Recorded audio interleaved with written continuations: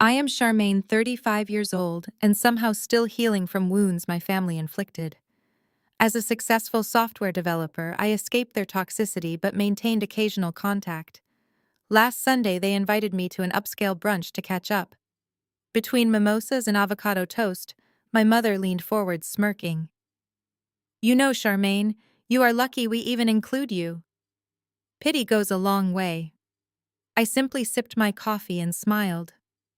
That night, I logged in, disabled every family credit account, and emailed my lawyer about selling the cabin. Before I continue this story, let me know where you are watching from in the comments below. Hit like and subscribe if you have ever had to stand up to family who underestimated your worth. Growing up in Fairfield, Connecticut meant privilege to outsiders, but inside our sprawling colonial home, emotional coldness permeated every corner. Our four-bedroom house with its manicured lawn and heated swimming pool was a fortress of expectations I could never quite meet. My childhood bedroom painted pale blue since my mother Elaine insisted, despite my preference for green, became my sanctuary in prison. From elementary school through high school, I maintained straight A's and joined honor societies. But nothing prepared me for the ultimate betrayal that unfolded tonight. I am sitting alone at the custom mahogany dining table in my $4 million Chicago penthouse. The catered dinner I ordered for my 5th wedding anniversary has been sitting out for 3 hours. The Wagyu beef is cold. The ice in the crystal champagne bucket melted a long time ago. The silence in this massive apartment is deafening. I have spent the last 5 years building an empire, working endless nights writing code and launching financial software systems.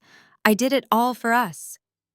I thought I was building a life with a partner who respected my grind. Instead, I am sitting here staring at 2 empty plates while my husband Derek is nowhere to be found.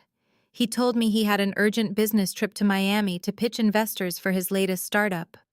Derek loves calling himself a visionary entrepreneur. In reality, he has not made a single dime in 3 years. I fund everything. I pay for his tailored suits, his networking dinners, and the lease on his imported sports car. I always believed in supporting him, because that is what a good wife does. I brushed off the red flags and the whispered rumors from my friends. Then my phone lights up on the table. The screen cuts through the dim lighting of the dining room. It is a text message from Derek. I pick it up expecting another excuse about a delayed flight or a prolonged meeting.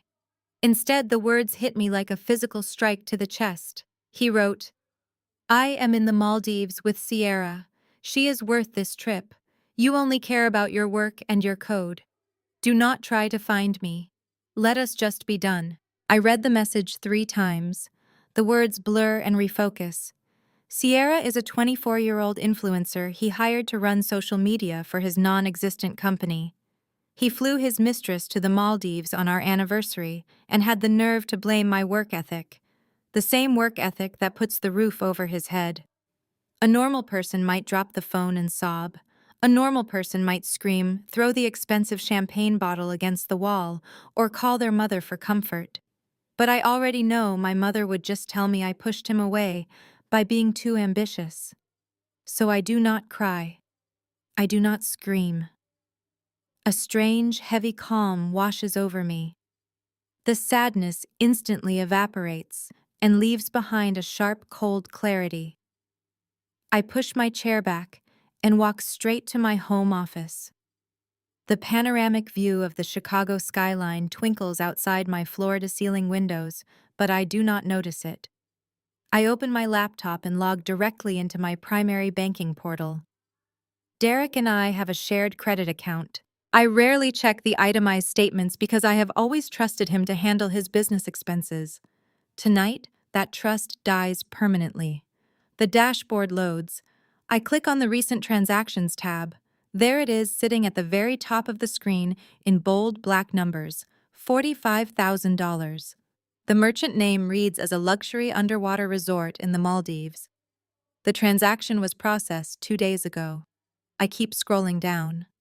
$2,000 at a designer boutique, $800 at a high-end lingerie store, $4,000 for first-class flight upgrades. He did not just take her on a vacation. He used the money I earned from backbreaking software launches to fund a fantasy life with another woman. This was not a sudden mistake or a brief moment of weakness. This was a calculated, deliberate financial drain. He planned this exact getaway for weeks, smiling in my face and kissing me goodbye while spending my money on Sierra. I lean back in my ergonomic desk chair and interlock my fingers. The sheer audacity of his actions is almost impressive. Derek thinks he has won. He thinks he can humiliate me, abandon me on our anniversary, and enjoy a tropical paradise on my dime without consequences. He assumes I will be the weeping wife waiting for him to return so we can go to couples counseling. He forgets who he married. He forgets that I am a systems architect. I do not react to problems with emotion. I react by rewriting the code, shutting down the corrupted files, and deleting the malware. Derek is the malware. I open a new tab on my browser. I do not need to yell or confront him. I am going to completely dismantle his life while he is busy sipping cocktails on a white sand beach. My silent revenge begins tonight. I close the laptop screen and grab my car keys. The penthouse feels too suffocating. I need to look my mother in the eyes. I need just one person in my corner tonight. I take the private elevator down to the garage and get into my car. The drive to my Mother Brenda house in the suburbs usually takes 40 minutes, but tonight the roads are empty and my foot is heavy on the gas pedal. As I navigate the dark streets, I think about the house I am driving to.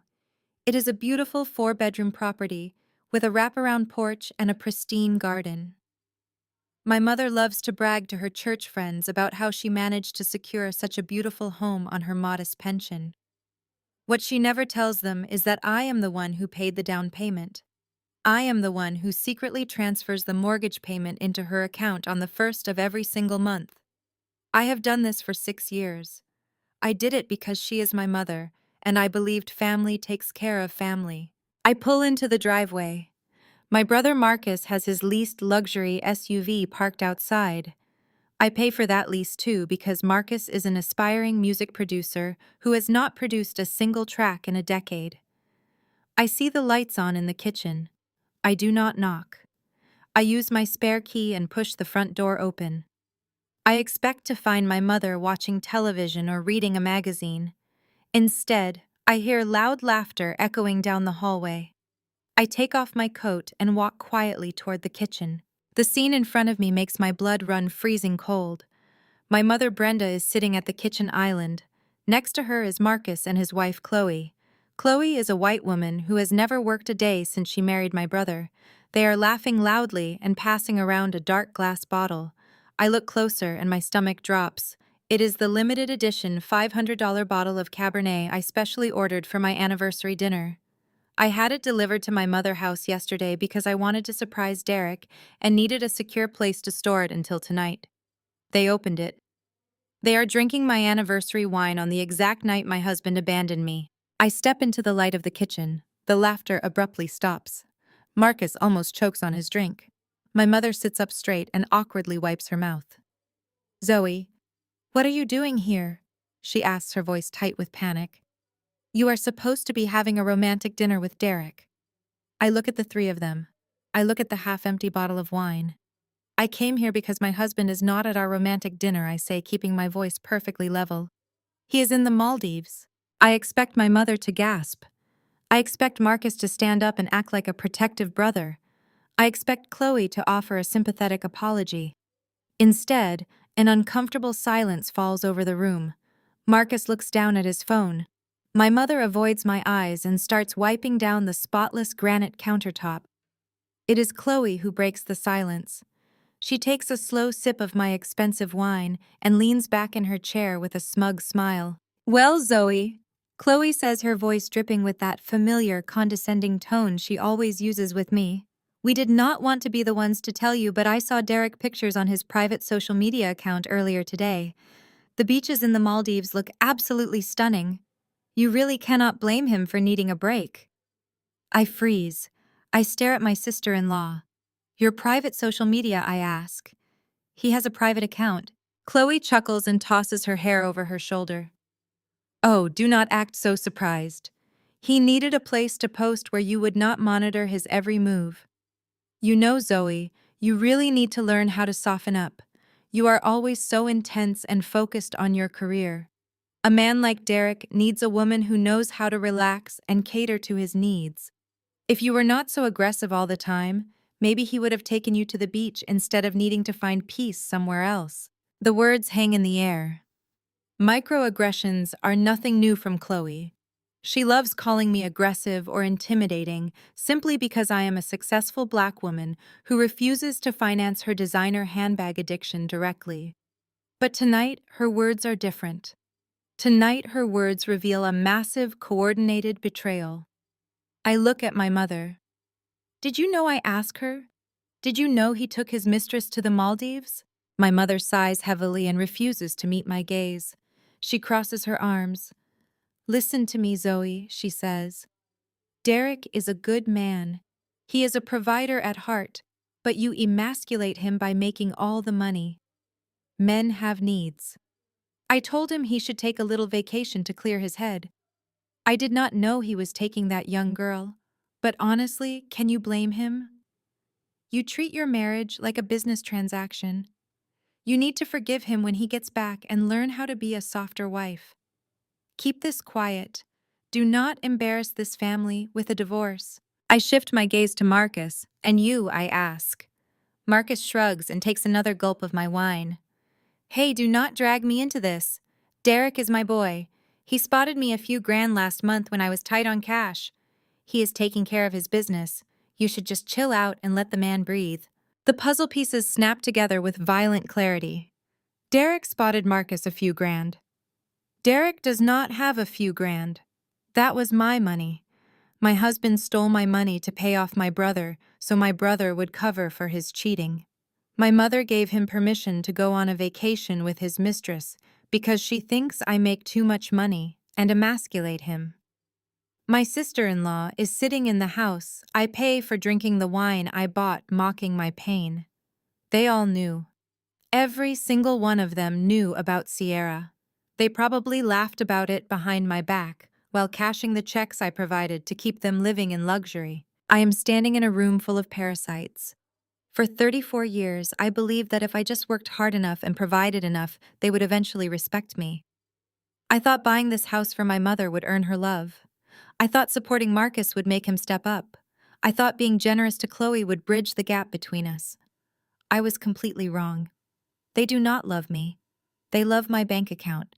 They view me as a beast of burden whose only purpose is to pull the cart so they can ride comfortably in the back. The cold clarity that washed over me in the penthouse returns, but this time it is sharper. It is deadly. I do not raise my voice. I do not shed a single tear. I look at the three people sitting at the kitchen island, and I feel absolutely nothing but an overwhelming sense of liberation. The invisible chains of family obligations snap and fall away. You are right, Mom. I say, my voice so calm it almost echoes in the quiet kitchen. I have been treating my marriage like a business transaction. And you know what I do when a business is operating at a loss? I liquidate the assets and I close the account. Chloe rolls her eyes. Always so dramatic, she mutters. I smile. It is a genuine bright smile that makes Marcus flinch. Enjoy the wine, Chloe, I say, turning toward the door. It pairs wonderfully with betrayal. Have a good night, everyone. I walk out of the house and gently pull the front door shut behind me. I walk down the driveway to my car. The crisp night air fills my lungs. I feel lighter than I have in years. They think I'm going back to my empty penthouse to cry myself to sleep. They think I will wake up tomorrow and continue paying their bills because I am too scared to be alone. They have severely underestimated the woman they have been exploiting. I get into my car and lock the doors. I pull out my phone and open my email. It is time to start the demolition. Before my fingers can even type the first letter of my lawyer email, a sharp rap on my driver's side window breaks the silence. I look up. My mother is standing in the driveway clutching her cardigan against the chilly night air. Her face is pinched with frustration rather than concern. I press the button and the window glides down smoothly. Zoe, do not do this, she says, leaning into the car. Do not drive away in a huff and make things worse. You need to calm down and think about the bigger picture. I look at her. The bigger picture where my husband is spending my money on a 24-year-old in the Maldives while my family drinks my anniversary wine. You are missing the point, she sighs, leaning heavier against the doorframe. Look at you. You have everything. You have the fancy corporate job, the millions of dollars, the luxury apartment. You are a successful black woman, but with that comes a responsibility. Our men have it hard out there, Zoe. The world is constantly tearing black men down. Derek and Marcus, they face obstacles you do not have to worry about from your corner office. They just need more grace. They need patience. I stare at the woman who gave birth to me. The manipulation is so deeply ingrained in her that she truly believes what she is saying. So I am supposed to endure betrayal to protect his ego, I ask, my voice dangerously soft. Strong black women have to endure, she says, as if reciting a sacred scripture. We are the backbone of the family. We hold things together when the men stumble. You think my life with your father was perfect. You think I did not turn a blind eye to keep a roof over your head. You have to swallow your pride, Zoe. Derek made a mistake, but he is your husband, and Marcus is your brother. You are the one blessed with financial stability. It is your duty to lift them up, not abandon them when they make a foolish choice. Just go home. Cool off. When Derek gets back, you two will sit down and fix this. Keep the peace. The street lights cast long shadows across my mother's face. In that exact moment, the final lock in my mind clicks open. It is a profound, absolute epiphany. I finally see the ugly truth hiding behind the noble facade of the strong black woman trope. To them, my strength is not a virtue to be celebrated. It is a resource to be mined. They do not see me as a human being with feelings, vulnerabilities, or a need for protection. I am just a financial shield. I am the family ATM. They weaponize my success against me, demanding I shrink myself to accommodate the mediocrity and cruelty of the men around me. If I cry, they will call me weak. If I yell, they will call me an angry black woman. If I cut them off, they will call me selfish. There is no winning in their game, so I simply decide to stop playing. I look at my mother. The anger drains out of me completely, leaving behind a freezing Arctic calm. I do not scream. I do not cry. I let the silence stretch between us until she starts to look uncomfortable. Then I smile. It is not a warm smile. It is a terrifying cold smile that does not reach my eyes. You know what, Mom? I say, my tone perfectly pleasant and even. You are absolutely right. Her posture relaxes instantly. She lets out a heavy breath of relief. I knew you would see reason, Zoe.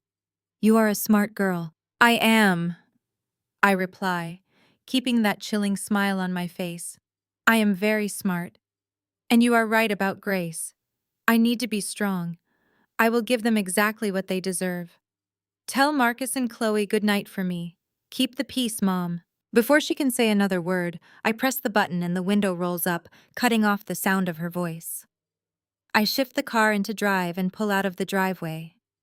I watch her in the rearview mirror, standing alone in the glow of the porch light, until she disappears into the darkness. She thinks she has won.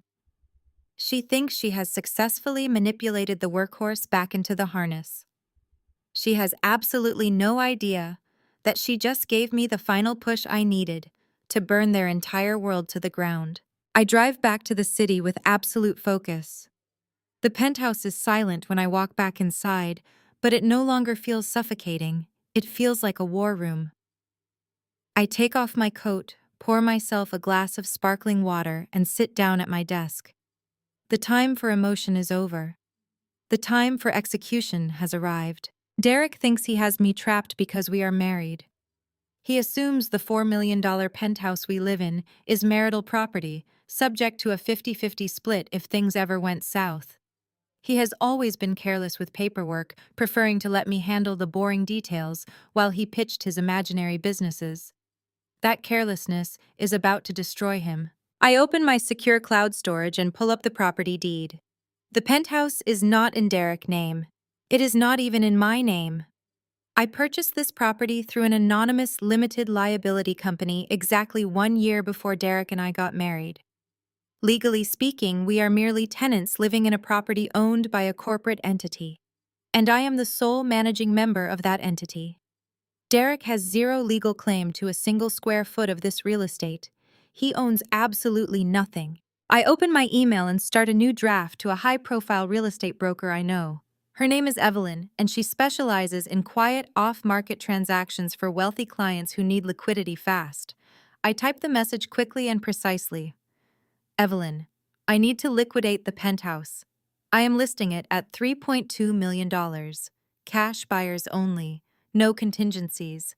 I need to close the transaction and have the funds wired within 5 days. Let me know who you have. I hit send. Selling a luxury property at an $800,000 discount will guarantee an immediate feeding frenzy among investors. I will lose some equity, but I am buying my freedom, and the speed is worth every single penny. Next, I open the shared banking portal again. The $45,000 Maldives charge is still sitting there mocking me. It is time to cut the main artery. I transfer every single dollar from our joint savings and checking accounts into a private offshore trust I set up years ago for tax purposes. I leave exactly $5.00 in the joint account, just to keep it from automatically closing. My silent revenge is officially in motion. Derek is currently sleeping in a luxury underwater resort, entirely unaware that he is waking up tomorrow as a homeless man. My phone vibrates on the glass desk. It is Evelyn. My real estate broker does not sleep when there is blood in the water and a multi-million-dollar deal on the table. I answer the call and put it on speaker. Zoe. She says, her voice crisp and alert despite the late hour. I saw your email. $3.2 million for the Gold Coast penthouse is a fire sale. You will have a dozen cash buyers fighting over this by breakfast. But I need to ask you a serious question. Are you sure you want to do this? Derek is going to lose his mind when he finds out. I lean back in my chair and stare at the panoramic view of the city. He is not going to find out until the locks are changed, I reply smoothly. And as for his reaction, that is no longer my problem. I just need you to confirm that the paperwork is bulletproof. Evelyn lets out a low whistle. You are the sole manager of the LLC that holds the deed. We ran the title search when you bought it. Derek's name is nowhere on the mortgage, the insurance, or the property taxes.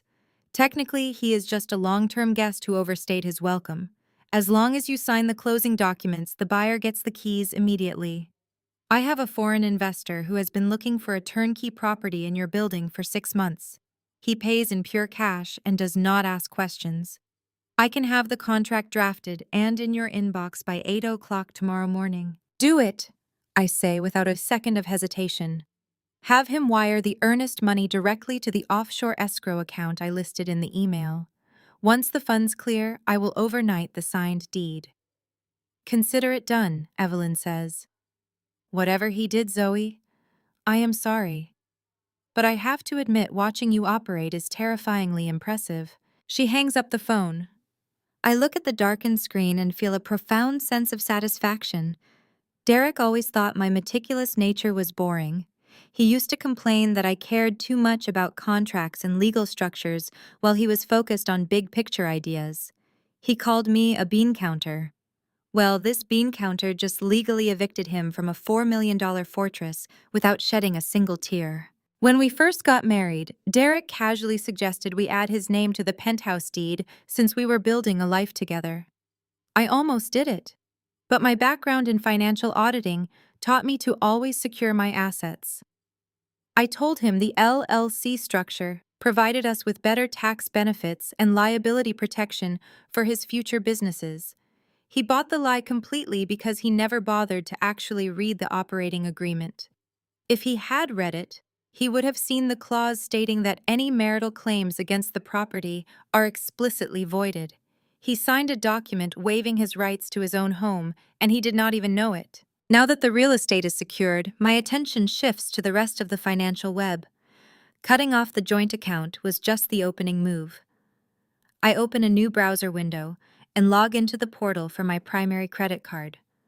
This is the black card Derek uses to fund his entire fake millionaire lifestyle. He uses it for networking dinners at five-star steakhouses, valet parking for his leased sports car, and apparently international flights for his mistress. I click on the Authorized Users tab. Derek's name sits at the top of the list. Next to his name is a small blue button that says, Remove User. I hover my mouse over it. A memory flashes in my mind. Just last month, Derek threw a massive fit because I asked him to cut back on his spending while I navigated a difficult quarter at work. He told me I was stifling his growth and that successful men need to spend money to make money.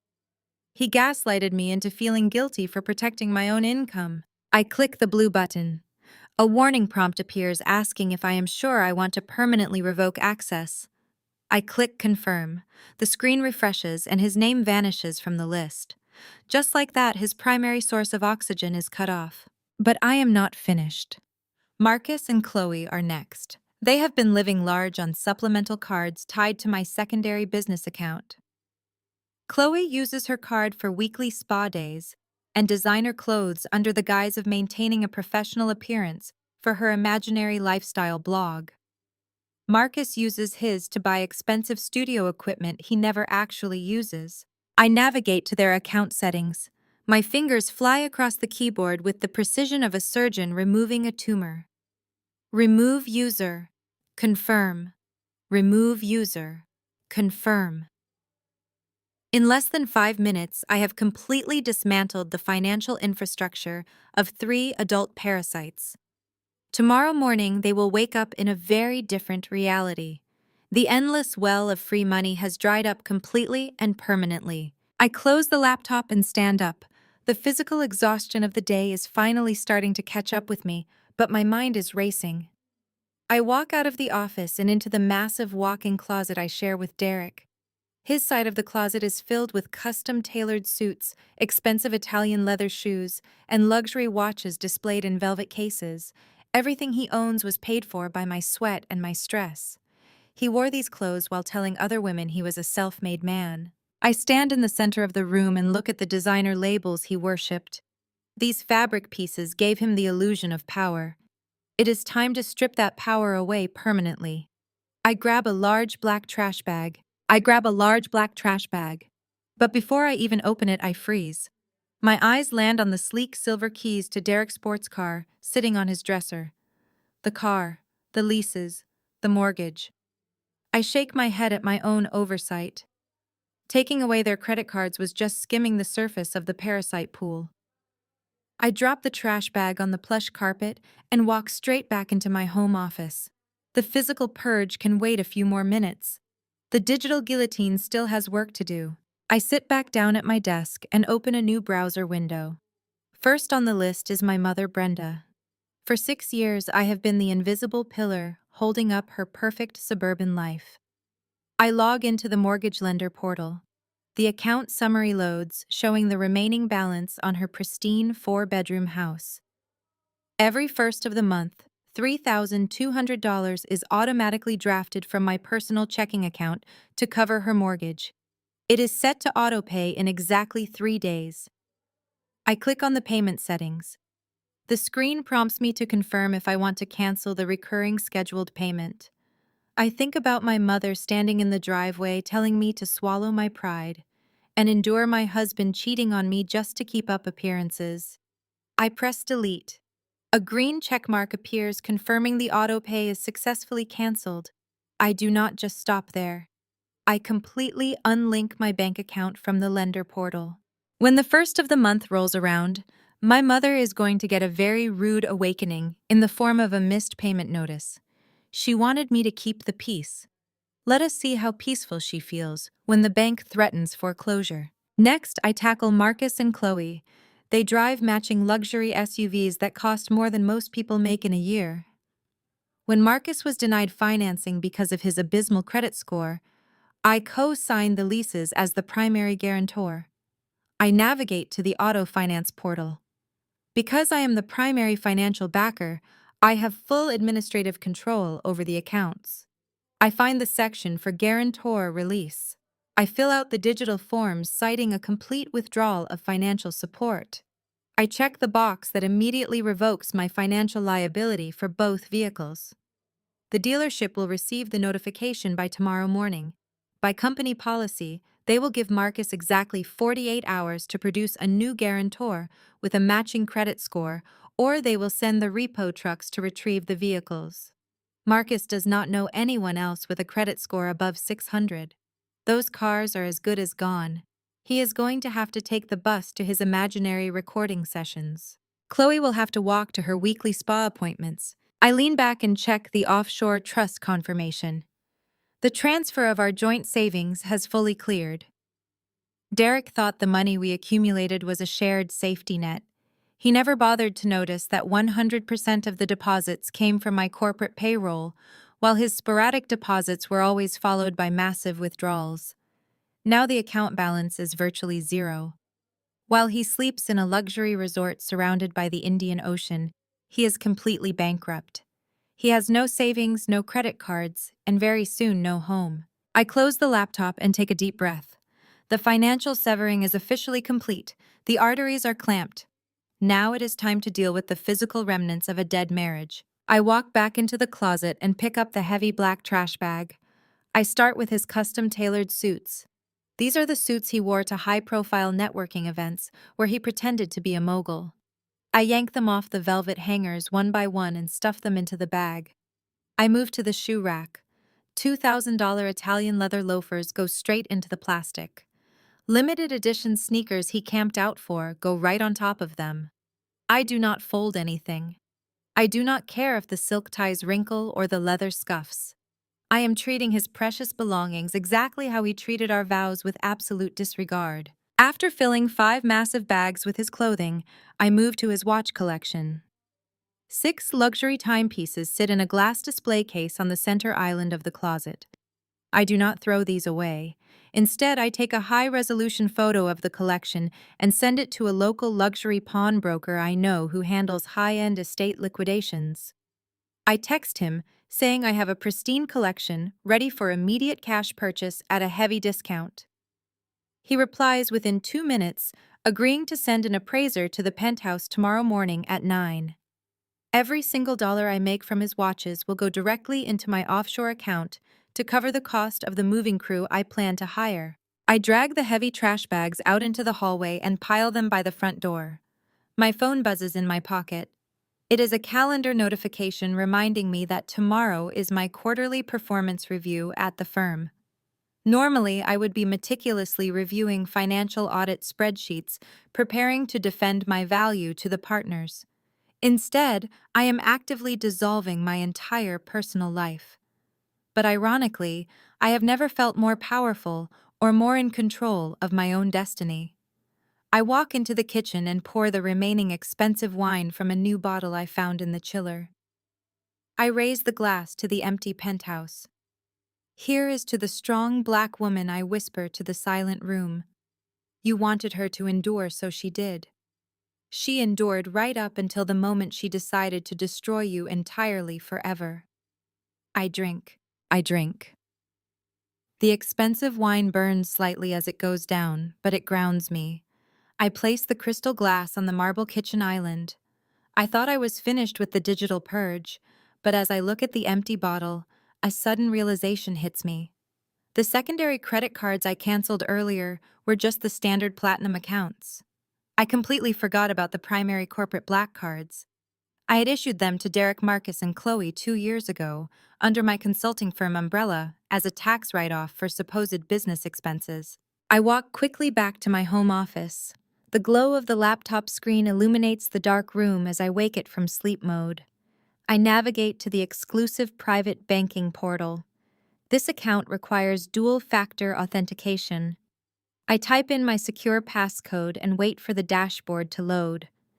There they are. 3 active black cards drawing directly from my corporate reserve. I click on Derek's profile first. The screen populates with his recent transactions. $7,000 at a boutique hotel in Miami last month.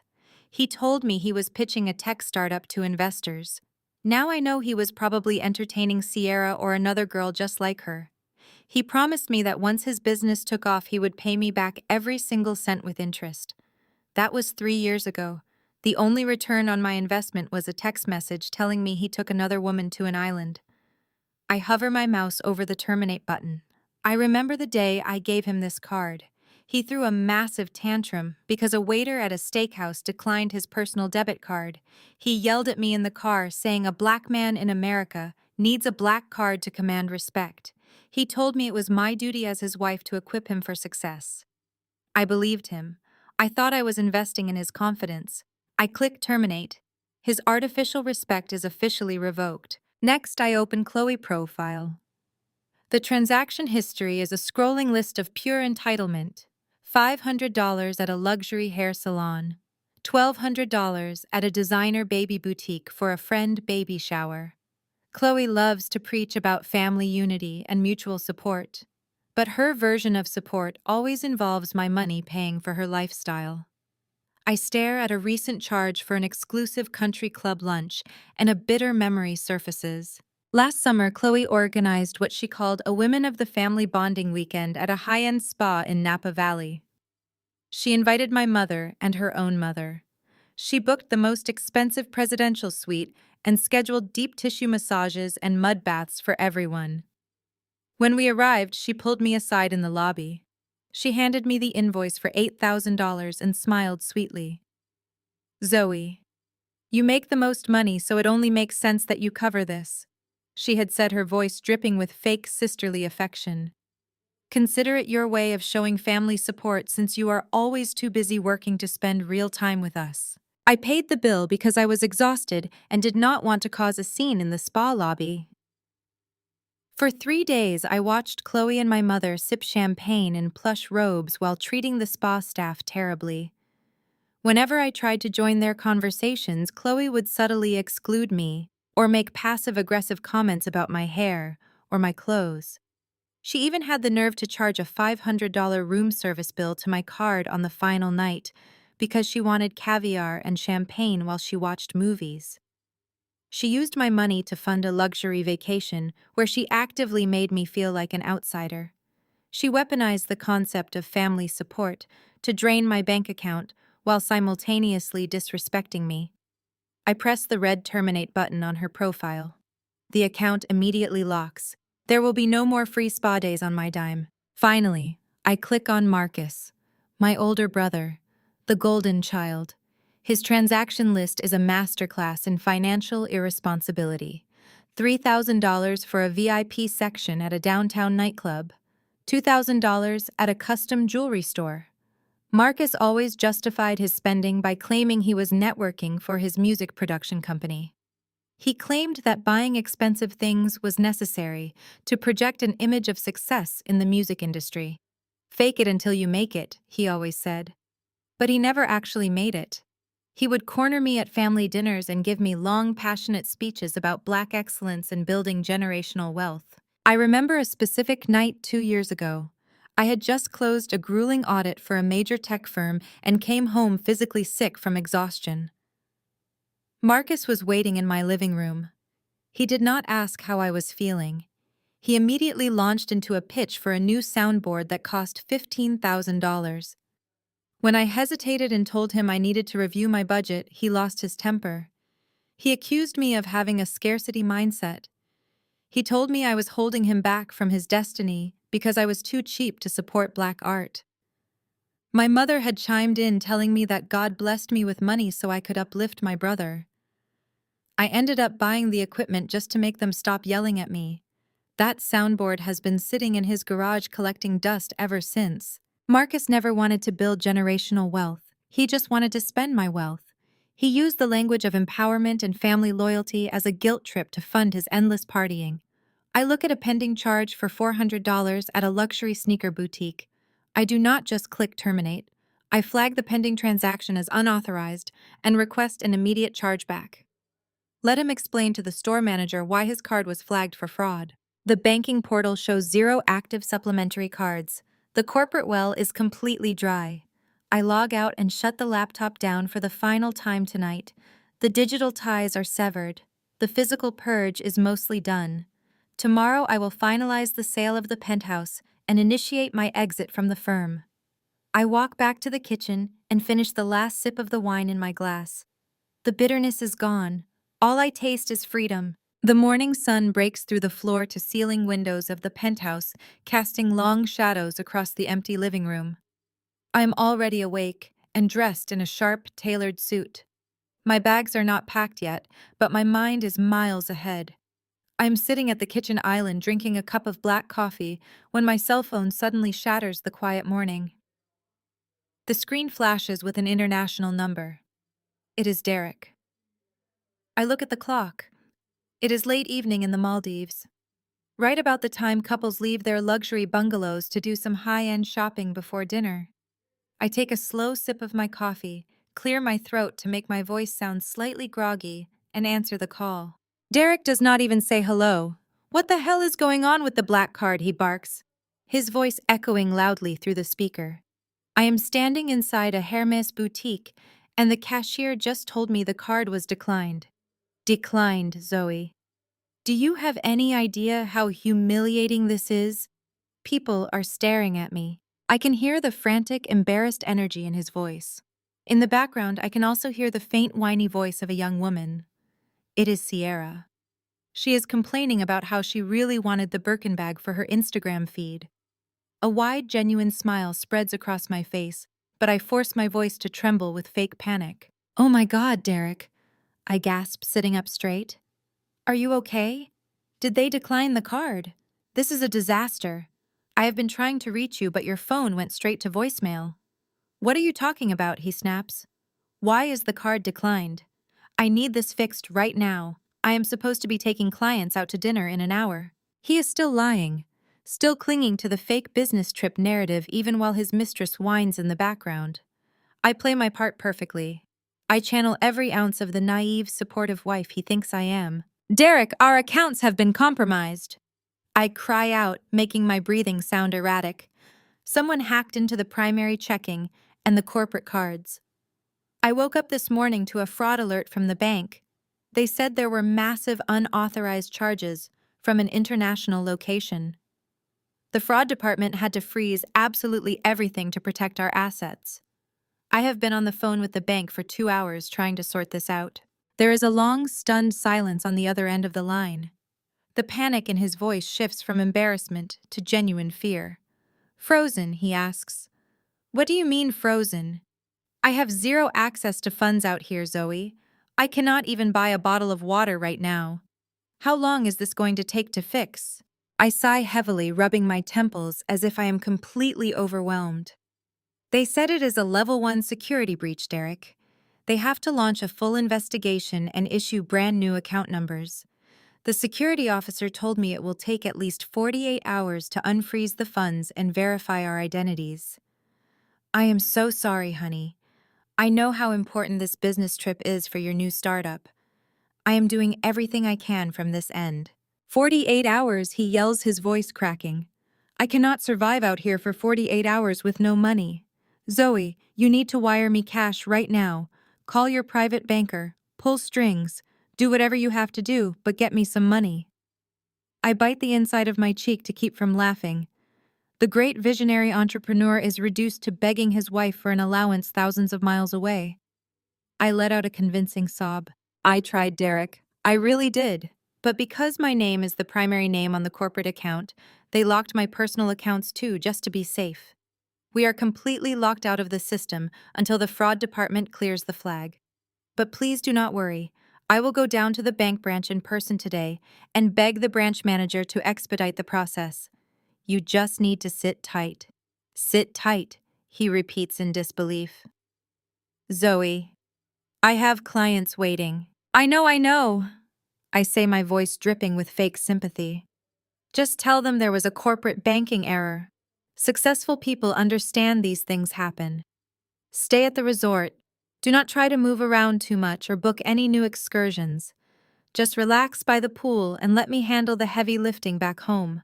I will fix this, Derek. I promise I will take care of everything. I hear Sierra whining again in the background. Derek tells her to shut up in a harsh whisper.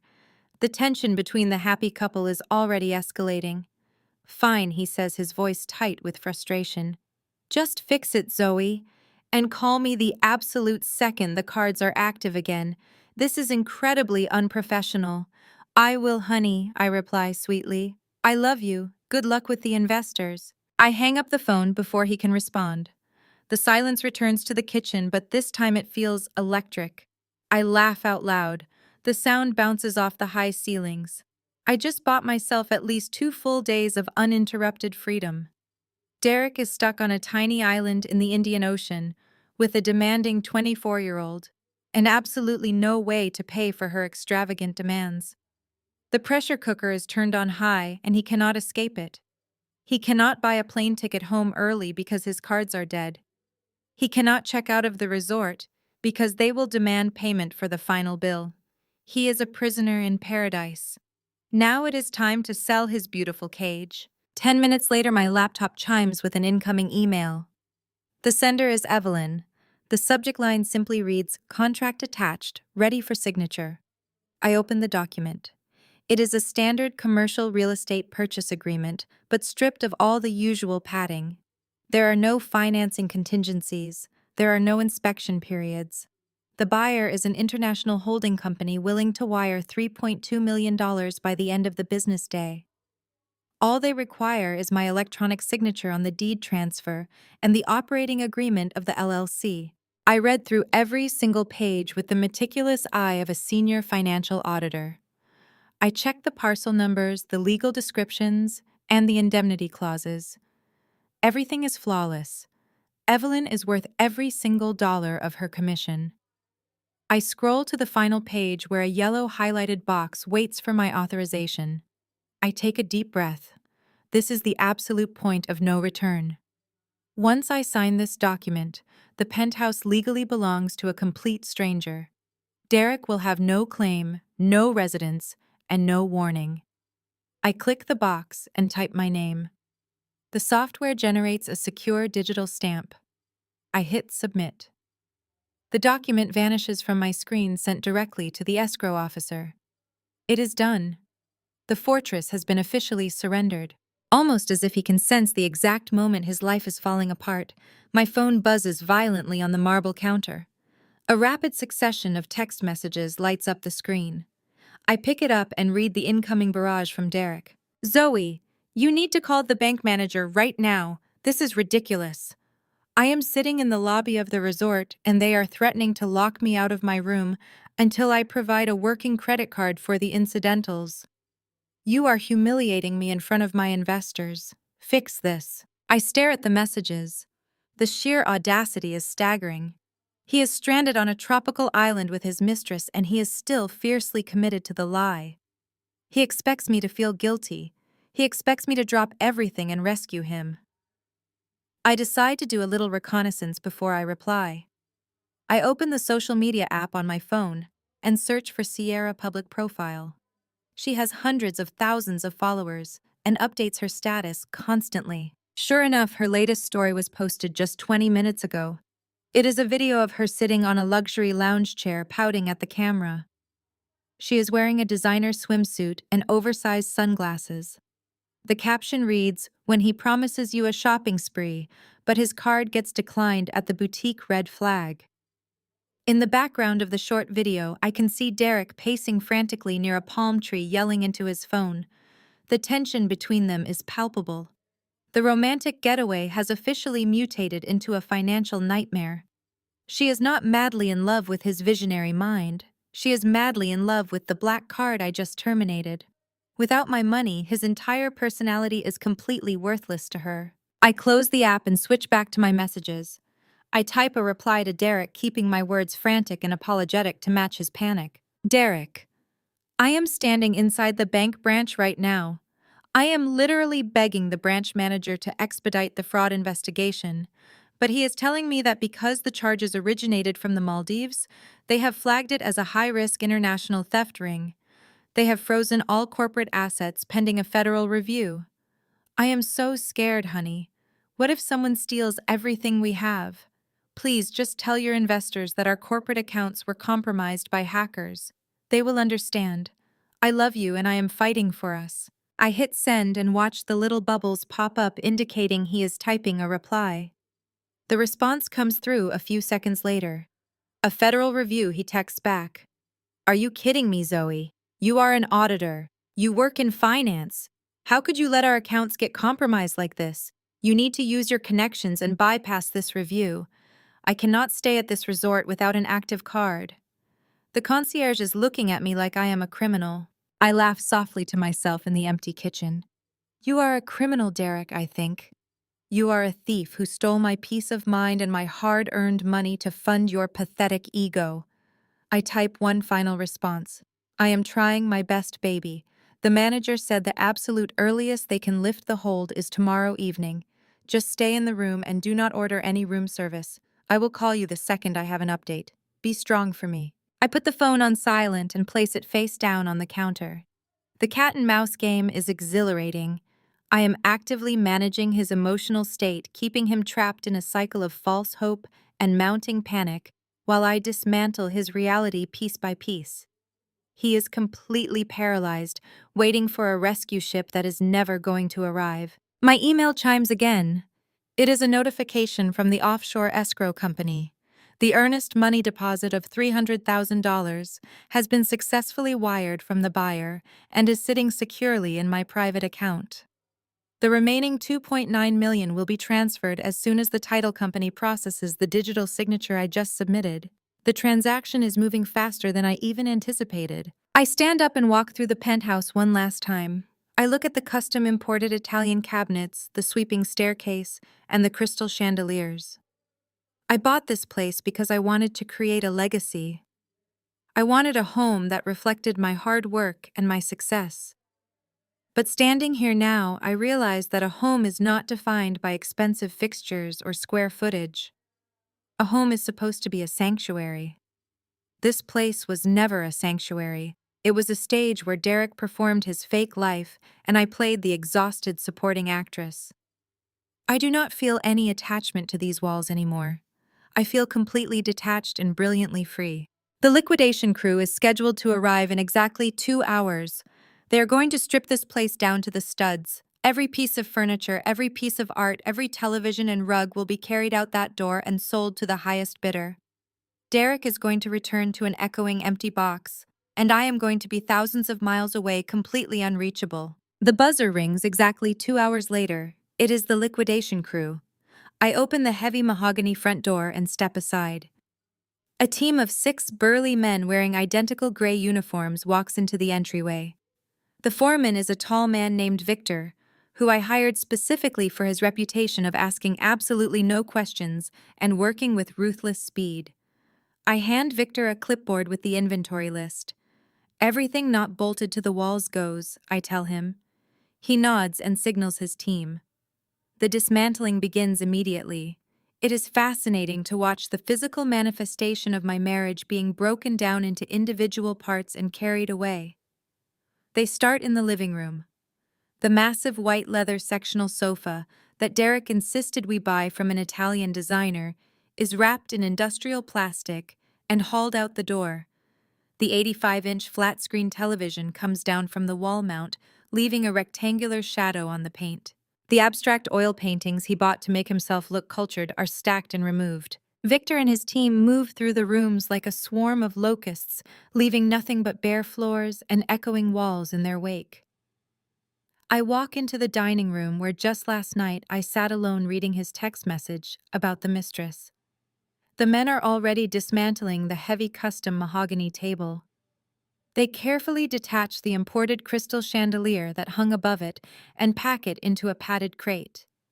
I walk into the master bedroom just as 2 men are taking apart the custom king-sized bed frame. I direct them to the closet next. The sneaker collection belonging to Derek is meticulously arranged on backlit shelves. He treated those sneakers better than he treated me. He spent hours cleaning them and boasting about their resale value on the secondary market. Victor looks at the wall of shoes and offers a flat rate for the entire collection. It is a fraction of what they are actually worth, but I agree immediately. I want them gone. The men sweep the sneakers into large plastic bins with zero regard for the pristine condition Derek maintained. While the crew clears out the closet, my phone buzzes. It is the luxury pawnbroker appraiser I texted last night. I meet him in the kitchen, which is rapidly emptying out. I place the 6 velvet watch boxes on the only remaining piece of furniture, which is the built-in marble island.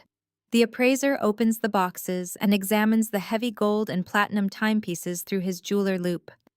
These watches were his ultimate status symbols. He wore them to project wealth he did not actually possess. The appraiser finishes his inspection and quotes me a price. It is $40,000 for the entire lot. I know they retail for almost double that amount, but speed is my only priority. I tell him to wire the funds to my offshore account immediately. He taps on his tablet, and within minutes the transaction is complete. He packs up the watches and walks out the door, taking the fake billionaire persona with him. The penthouse is quickly becoming unrecognizable. Without the expensive rugs and heavy furniture, my footsteps echo loudly against the hardwood floors. The crew finishes loading the final pieces of art into the freight elevator. Victor hands me a certified cashier check for the bulk furniture buyout. I thank him and lock the door behind them. There is only one task left in this phase of the purge. The 5 massive black trash bags filled with the custom-tailored suits are still sitting in the hallway.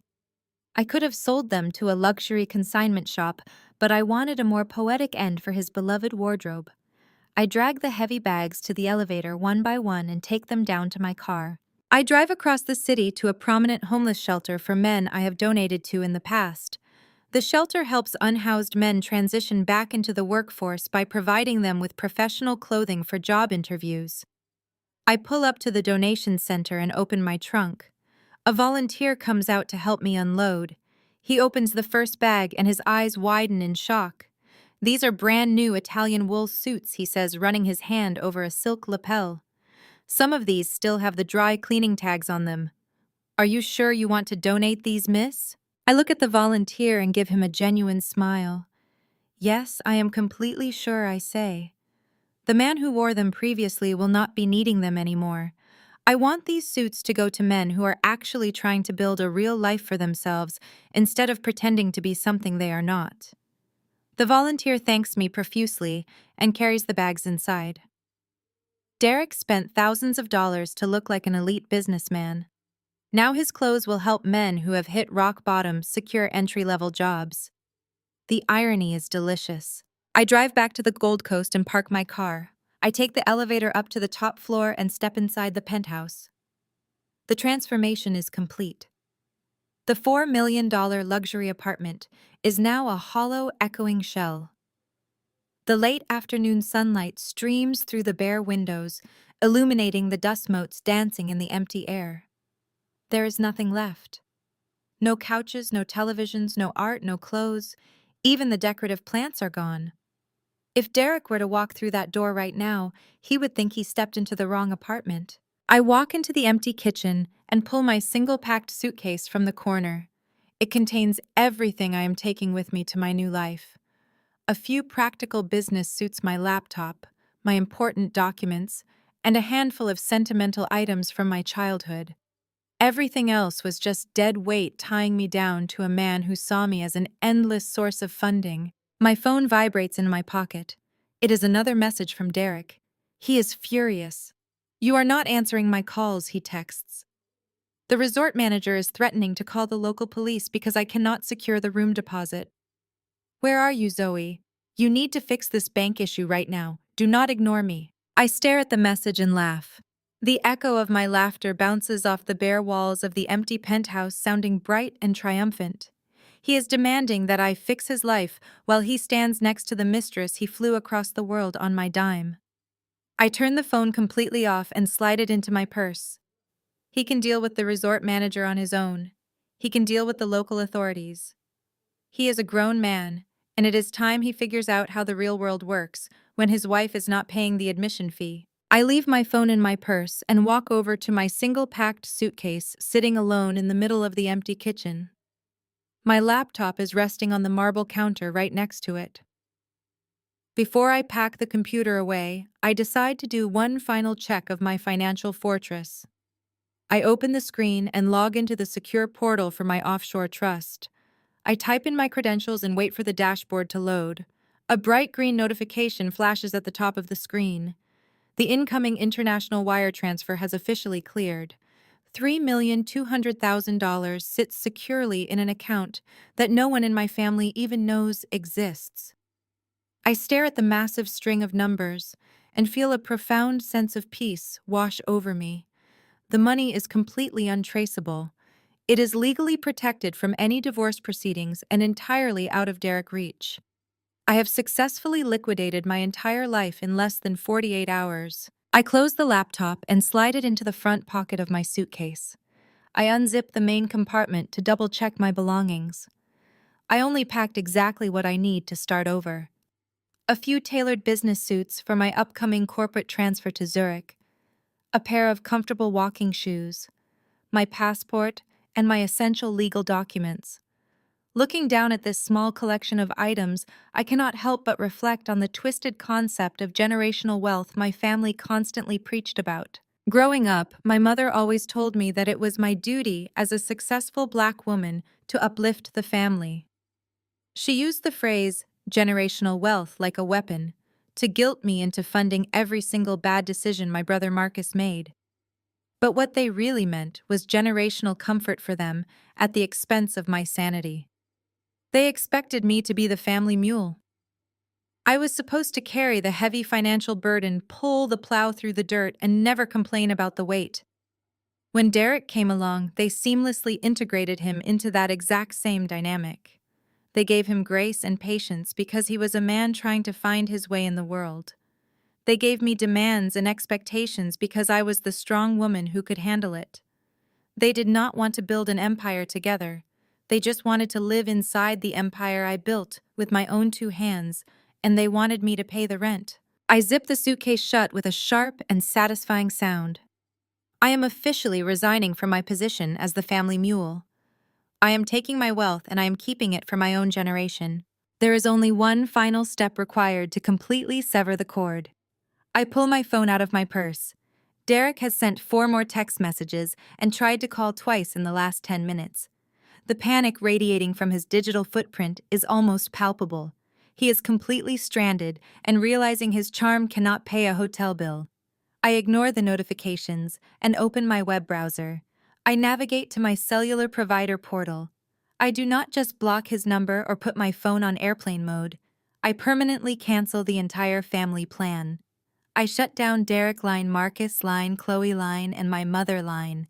Without my money paying their phone bills, they will have no way to communicate or complain to each other until they buy their own plans. Then I initiate a request to permanently delete my own phone number. The prompt asks me if I am absolutely sure I want to surrender this number because it cannot be recovered. I press confirm. My cell service immediately drops to 0 bars. Next, I open my personal email applications. I have 2 primary accounts that my family and Derek used to contact me. These inboxes are filled with years of demands, requests for money, and fake apologies. I go into the security settings for both accounts and select the option for permanent deletion. The system warns me that I will lose access to all past correspondence and contacts. That is exactly what I want. I want no trace of their manipulation left in my life. I type my password one last time and hit delete. The accounts vanish into the digital void. I pull out a prepaid international burner phone I purchased earlier this morning with cash. It has a secure encrypted messaging app and a brand new number that only my boss and my real estate broker possess. Zoe, the obedient wife, and the generous family bank is officially dead. She no longer has a phone number. She no longer has an email address. She no longer has a residence. I grab the handle of my suitcase and pull it behind me. The wheels roll smoothly over the bare hardwood floors, echoing softly in the empty space. I walk out of the kitchen and head toward the front door. I do not look back at the master bedroom where I spent 5 years trying to make a fake marriage work. I do not look back at the living room where I hosted family holidays for people who secretly mocked me. I step out into the hallway and let the heavy mahogany door swing shut behind me. The automatic deadbolt clicks into place with a loud and final thud. I walk to the elevator. I step inside and press the button for the parking garage. My flight departs in 6 hours, but I have one final task to handle before I leave. My family will realize their free ride is over, and I want to deliver the final blow in person. They thought I was going to swallow my pride and keep the peace. I am going to hand them the ashes of the empire they burned down. The elevator descends, carrying me toward the final confrontation. I step out of the elevator into the pristine glass lobby of my corporate building. The architecture is cold and modern, designed to intimidate anyone who walks through the revolving doors. Usually, I barely notice the towering ceilings or the sharp lines of the marble reception desk. But today, the lobby serves as the perfect arena for my final act of domestic demolition. I do not have to wait long. Through the massive glass walls, I see them marching toward the entrance. My mother Brenda is leading the charge, wearing her Sunday best, as if trying to command respect through her wardrobe. Marcus is right behind her, his face twisted in an ugly scowl. Chloe trails them, struggling to walk quickly in her designer heels. They push through the revolving doors and look around frantically. Their eyes lock onto me, standing calmly near the security desk. The storm breaks immediately. Zoe, my mother, hisses, marching across the marble floor. Her voice is a harsh whisper, trying to maintain decorum while vibrating with rage. What is going on? We were just at the country club for brunch with Reverend Thomas and his wife. When the waiter brought the check, every single card was declined. Do you have any idea how embarrassing that was? I had to ask the Reverend to cover a $400 bill. Before I can even formulate a response, Marcus steps forward aggressively. He points a finger directly at my face. "You are playing games with my money, Zoe," he snaps. "I went to the dealership this morning to get my oil changed, and the service manager told me my lease is in default. They said the guarantor pulled out. You need to fix this right now before they tow my car. I have a very important studio session tonight." Chloe crosses her arms defensively, her diamond rings flashing under the harsh lobby lights. "This is completely unacceptable, Zoe," she adds, her tone dripping with entitlement. "We tried calling you, but your phone is disconnected. We tried emailing you, and the messages bounced back. If you are having a mental breakdown because Derek is out of town, you do not get to take it out on us. Turn the cards back on." I look at the three of them. They are standing in the lobby of the firm where I work 80-hour weeks to fund their lives, and their only concern is that their free ride hit a bump in the road. They do not ask how I am doing. They do not care that my phone is disconnected. They are just angry parasites demanding that the host provide more blood. I do not raise my voice. I do not match their chaotic energy. I simply reach into my tailored leather briefcase and pull out 3 crisp manila envelopes. I hand the first one to my mother. "What is this?" she asks, staring at the envelope like it might explode. "That is a formal notice from the bank," I reply smoothly. "I have officially unlinked my personal checking account from your mortgage portal. The autopay is canceled permanently. Your next payment of $3,200 is due in exactly 3 days. I suggest you start figuring out how to budget your pension, Mom, because the ATM is officially closed." My mother's face drains of all color. Her mouth opens and closes, but no sound comes out. She looks down at the envelope and then back up at me, her eyes wide with sudden terror. I turn to Marcus and hand him the second envelope. "The dealership was correct," I tell him. "I am no longer the guarantor on either of your vehicles. The documents inside that envelope confirm my legal withdrawal of financial liability. By company policy, you have exactly 48 hours to produce a new guarantor with a matching credit score, or they will send the repo trucks. And since we both know your credit score is in the low 500s, I suggest you start looking at bus schedules for your studio session tonight." Marcus snatches the envelope from my hand, his jaw clenching so hard I can hear his teeth grind. "You cannot do this," he growls, stepping closer to me, trying to use his physical size to intimidate me. "You cannot just cut off your own family." I do not flinch. I stand my ground and look him dead in the eye. "I am not cutting off my family," I correct him softly. "I am cutting off my dependents. There is a massive difference." I turn to Chloe and offer her the final envelope. She refuses to take it, staring at me with pure venom. "Suit yourself," I say, dropping it on the small glass table next to us. That is the termination notice for your supplementary corporate card. You are no longer authorized to use my money for your spa days or your country club brunches. If you want to live a luxury lifestyle, Chloe, I highly recommend you finally get a job. Chloe's face turns bright red. Her carefully constructed facade of superiority crumbles instantly. She points a shaking finger at me. You are a bitter, jealous woman, she spits. Just because you cannot keep your own husband happy does not mean you get to punish us. Derek told us you were suffocating him. He told us he needed a break from your aggressive, controlling behavior. He deserves that trip to the Maldives. He deserves a woman who actually knows how to treat him. The lobby goes dead silent. A few of my colleagues walking past pause and turn their heads, drawn by the sudden spike in volume. Chloe realizes she has an audience and her eyes light up. She thinks she has found the perfect weapon. She thinks she can use her white tears to paint me as the villain in front of my own coworkers. She takes a dramatic step back and brings a hand to her chest, her voice wavering perfectly on cue. You are so cruel, Zoe, she cries loudly enough for the security guards to hear. We have done nothing but support you. We are your family. Why are you attacking us like this? My mother quickly catches on to the performance. She reaches out and grabs my arm, her nails digging into my sleeve. Please, Zoe, she begs, her voice loud and theatrical. Stop this madness, people are staring. Do not embarrass us. Do not destroy your family over a little misunderstanding with Derek. They really think they can manipulate me with public pressure. They really believe that the fear of being seen as the angry black woman will force me to back down and turn the money back on. They are about to learn a very painful lesson about underestimating an auditor. Because an auditor always keeps the receipts. I let Chloe continue her theatrical display for a few more seconds.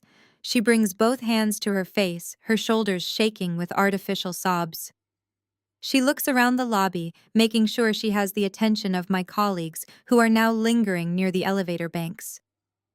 Please, Zoe. Chloe whimpers, stepping behind Marcus as if she needs physical protection from me. We only came here to check on you because we love you.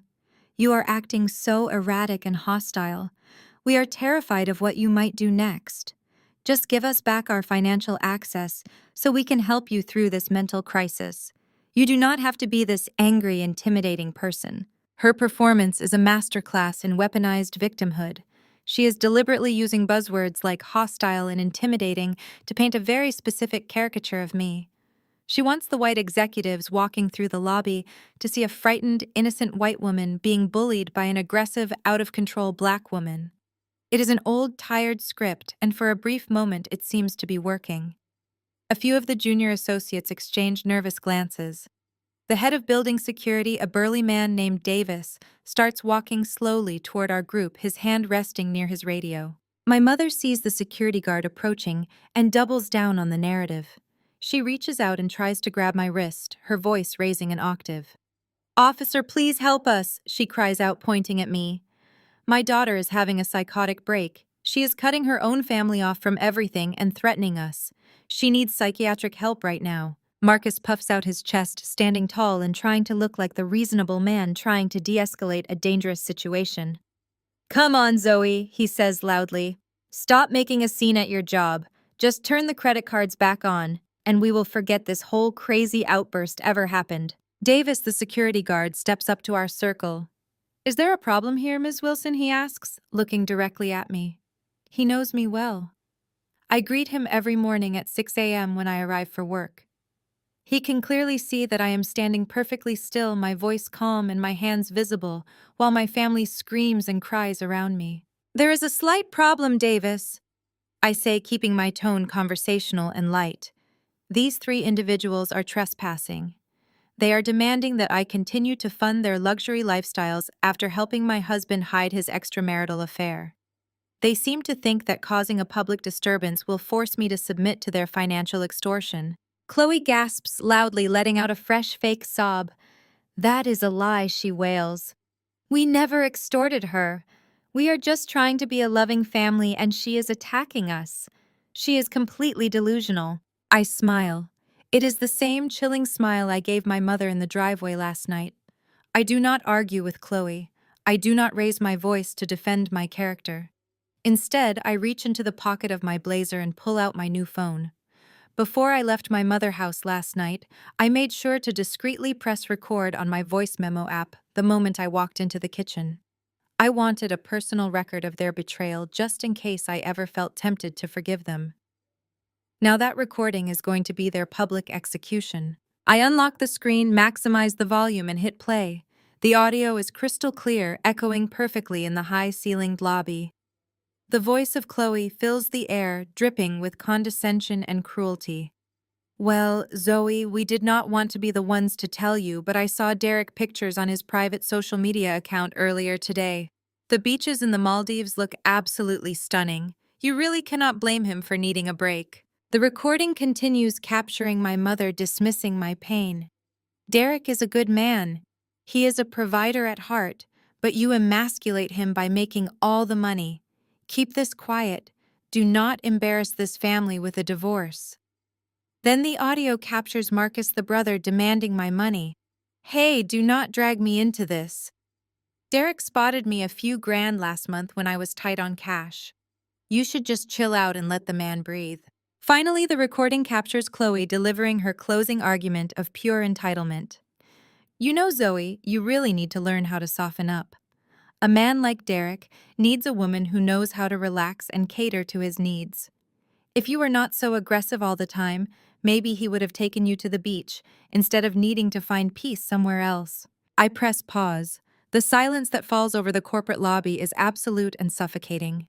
The fake tears on Chloe's face vanish instantly, replaced by a look of sheer, unadulterated horror. The blood drains from her cheeks, leaving her pale and trembling. My mother covers her mouth with her hand, her eyes wide with shame. Marcus takes a sudden step back, his bravado completely shattered. The colleagues who were whispering just moments ago are now staring at my family with open disgust. They heard everything. They heard my family admit to covering up my husband cheating. They heard them admit to taking my money to keep the secret. And they heard Chloe explicitly use the same racially coded language she just tried to use in the lobby. Her entire victim narrative is destroyed in less than 60 seconds. I look at Chloe, my expression completely unreadable. You wanted to play the victim, Chloe. I say, my voice carrying clearly across the silent marble floor. You wanted to use your tears to make me look like the angry, aggressive black woman. But the truth is, you are just a parasite who got caught biting the hand that feeds you, and now you are angry because the meal is over. I turn to the security guard.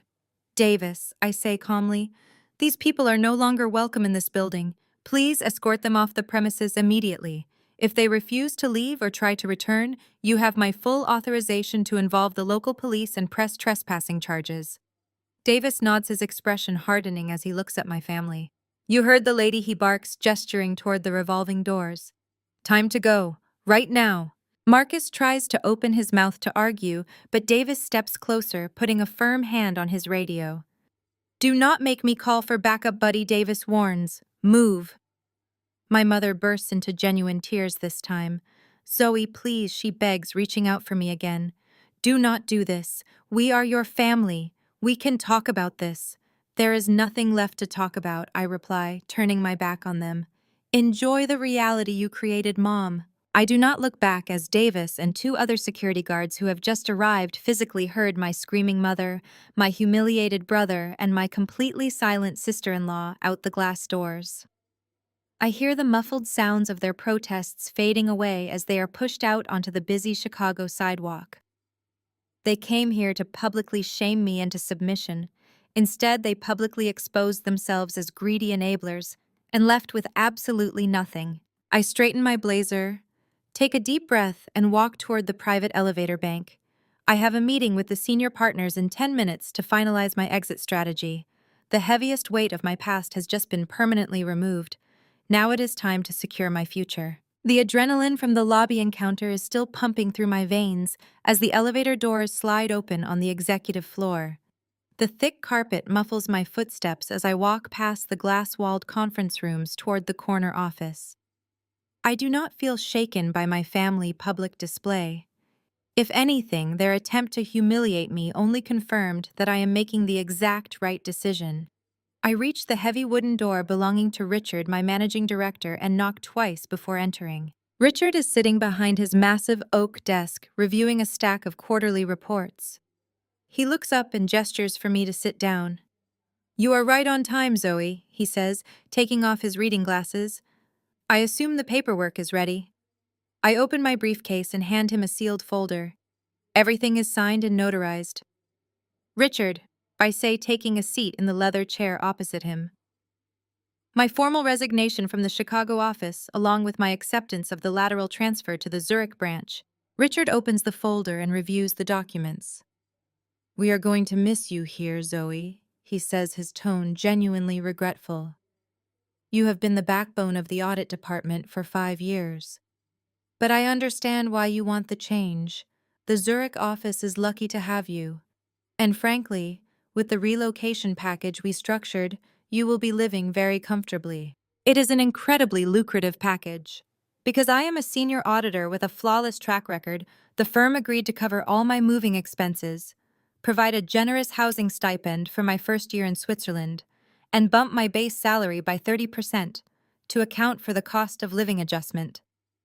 Combined with the $3.2 million sitting safely in my offshore account, I am walking away from my toxic family with more financial power than they could ever imagine. "I appreciate the opportunity, Richard," I tell him, standing up and offering my hand. "It is time for a fresh start." He shakes my hand firmly. "Your flight leaves at 4 this afternoon," he notes, glancing at his watch. "Have a safe trip, Zoe. Do not look back." I walk out of his office feeling lighter than I have in my entire life. I bypass my old cubicle entirely. I already cleared out my personal belongings yesterday. There is nothing left for me in this building and absolutely nothing left for me in this city. I take an executive car service straight to O'Hare International Airport. The drive gives me a moment to mentally review my checklist.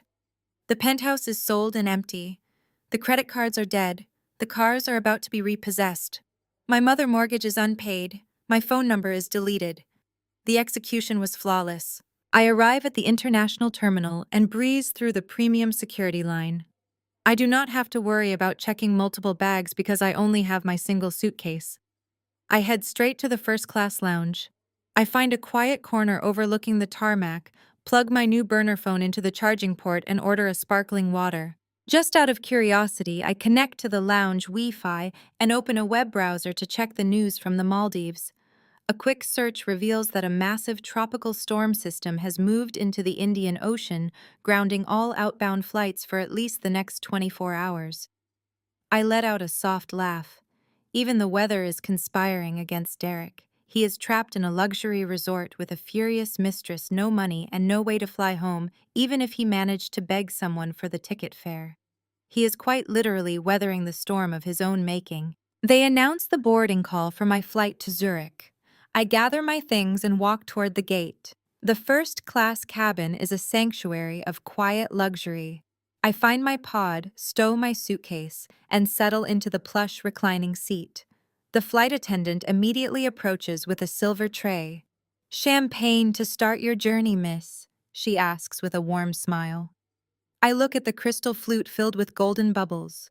"Yes, please," I say, taking the glass. I lean back and look out the window as the massive plane pushes back from the gate. The engines roar to life, vibrating through the cabin. We taxi down the runway and the pilot accelerates. As the wheels lift off the ground, I feel the physical sensation of leaving my old life behind. The sprawling grid of Chicago shrinks beneath me, disappearing into the clouds. I raise my glass of champagne to the window. "Here is to the end of the mule," I whisper to myself. "And here is to the beginning of the empire." I take a sip. It tastes infinitely better than the $500 wine my family stole from me. The flight will take 9 hours. I plan to sleep for most of it. When I wake up, I will be on a different continent, entirely free from the parasites who disguise themselves as family. I close my eyes and let the hum of the airplane lull me into the deepest, most peaceful sleep I have experienced in years. While I am soaring 30,000 feet above the Atlantic Ocean, the reality of my departure is finally starting to detonate back on the ground. The shockwaves are about to hit Derek and my family with devastating force. I will not be there to watch the fallout, but I know exactly how it will unfold. the silent annihilation is complete. Now the loud suffering begins. The sun is setting over the crystal clear waters of the Indian Ocean, but inside the lobby of the luxury resort, the atmosphere is completely toxic. Derek is standing at the front desk, his face red with a mixture of anger and profound embarrassment. Sierra is standing a few feet away, scrolling aggressively on her phone, trying to pretend she is not associated with the man currently yelling at the concierge. "I am telling you, my wife is handling the banking issue." Derek shouts, his voice echoing across the open-air lobby. Other wealthy guests are turning their heads to watch the commotion. "I just need you to run the card one more time. It has to be cleared by now." The concierge, a composed man in a crisp white uniform, politely but firmly pushes the black card back across the mahogany counter. "Sir, I have run this card 4 times in the last hour. It is not just declining. The terminal is giving me an error code that indicates the account has been permanently closed. We require immediate payment for the accumulated balance of $45,000. If you cannot provide a valid form of payment, we will be forced to involve the local authorities." Derek feels a cold sweat break out on his forehead. Permanently closed. That phrase repeats in his mind. He pulls out his phone and tries to call me again. The call immediately drops. He tries to access the banking app, but his login credentials are rejected. The reality of his situation is finally starting to break through his delusion. "I am not fixing the problem, I am the problem." He turns to Sierra. His charismatic fake billionaire persona completely evaporates. "Sierra," he says, his voice tight with desperation, "I need you to put the bill on your card, just temporarily. I will wire you the money as soon as we get back to Chicago." Sierra lowers her phone and stares at him like he just asked her to jump off a cliff. "Are you insane?" she hisses, keeping her voice low so the other guests cannot hear. "I do not have a $45,000 limit. I am an influencer, Derek. Most of my stuff is gifted. I only have 2 credit cards and they are almost maxed out from the clothes I bought for this trip. You promised me this was all expenses paid. You said you were a successful entrepreneur." "I am," he insists, frantically running a hand over his face. "My corporate accounts are frozen. It is a federal review. Please, Sierra, just pay what you can so they do not arrest me." The romance is instantly dead. She realizes the man she thought was a wealthy sugar daddy is actually broke and begging her to save him. She reluctantly pulls out her 2 credit cards and hands them to the concierge. "Run them," she says, her tone dripping with disgust.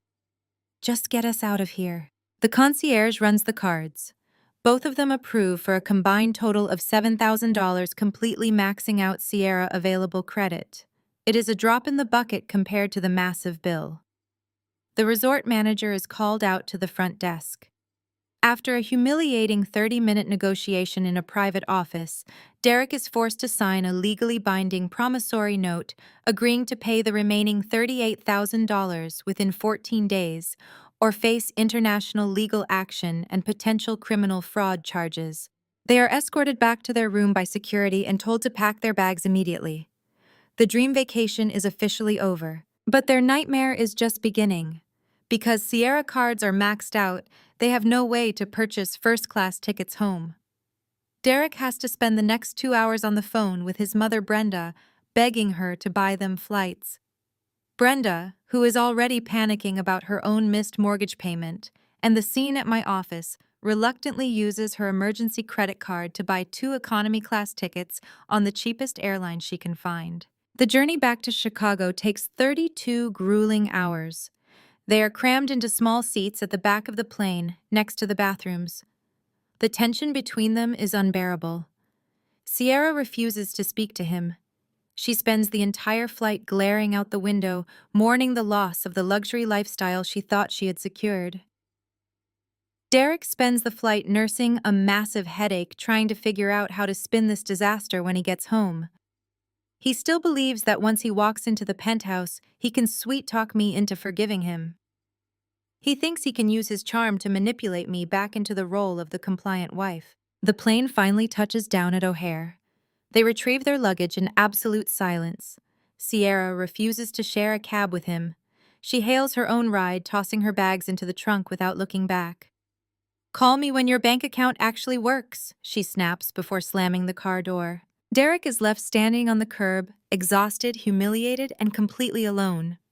He pulls out his phone to call an Uber, but remembers his payment profile is tied to the closed black card.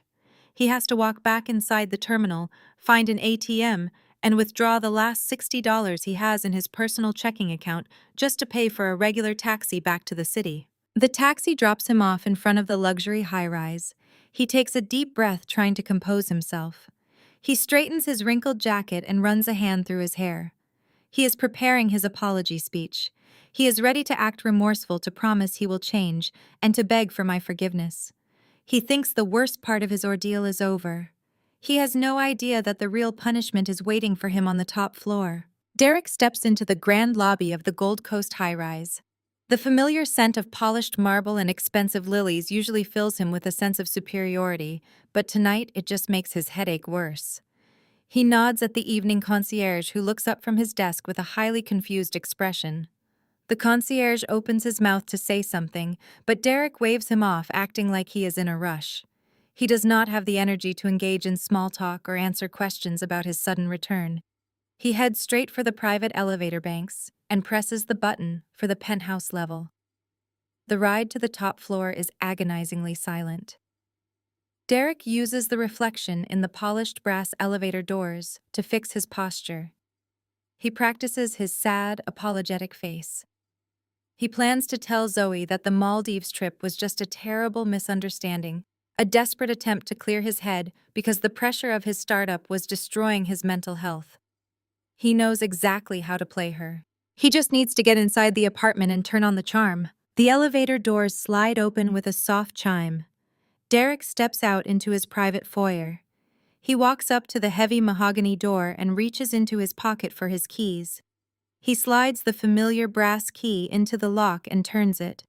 The cylinder does not budge. He frowns and jiggles the handle, pulling the key out and sliding it back in. He tries again, applying more pressure. Nothing happens. The lock mechanism has been completely changed. A spark of irritation flares in his chest. He assumes Zoe has hired a locksmith to change the deadbolts in a petty fit of rage. It is exactly the kind of dramatic, emotional reaction he expected from her. "Zoe, open the door," he says, knocking loudly on the thick wood. "Come on, Zoe. Do not be ridiculous. We need to talk like adults. Open the door right now." He waits a few seconds. There is no response. He knocks again, this time pounding his fist against the mahogany. "I know you are in there, Zoe," he shouts, his temper flaring out of control. "You cannot just lock me out of my own home. I live here too. Open the damn door before I call building security to drill this lock." He hears the sound of footsteps approaching from the other side. The heavy deadbolt clicks loudly. Derek takes a step back and adjusts his jacket, preparing to launch into his rehearsed apology.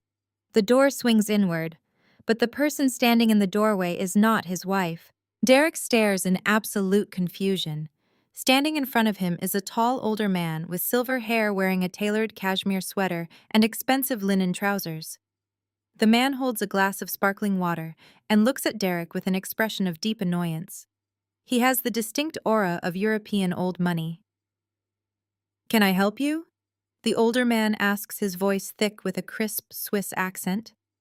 "Why are you pounding on my door at this hour of the evening?" Derek blinks, trying to process the bizarre situation. He assumes this man is an attorney Zoe hired, or perhaps some corporate associate from her firm who came over to console her. "Excuse me," Derek says, puffing out his chest and using his most authoritative voice. "I think you are the one who needs to explain what you are doing in my apartment. I am Derek Wilson. I live here.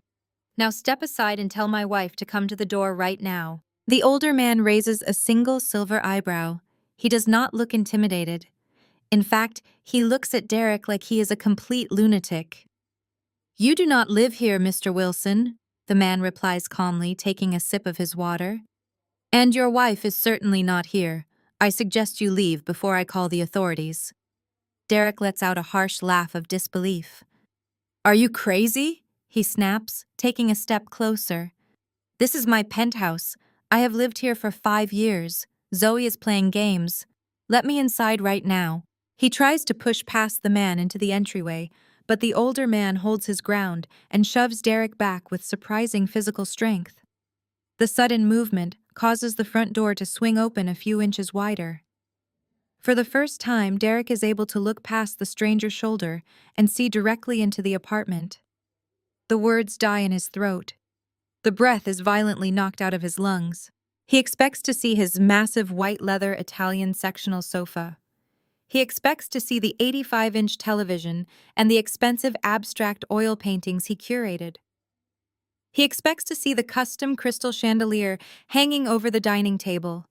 Instead, he sees absolutely nothing. The entire penthouse is completely empty. The hardwood floors are bare. The walls are stripped. The built-in shelving units are completely devoid of his sneaker collection and his luxury watches.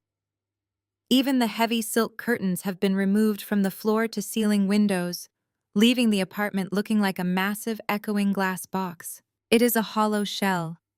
Everything he owned, everything he built his fake billionaire persona around, is entirely gone.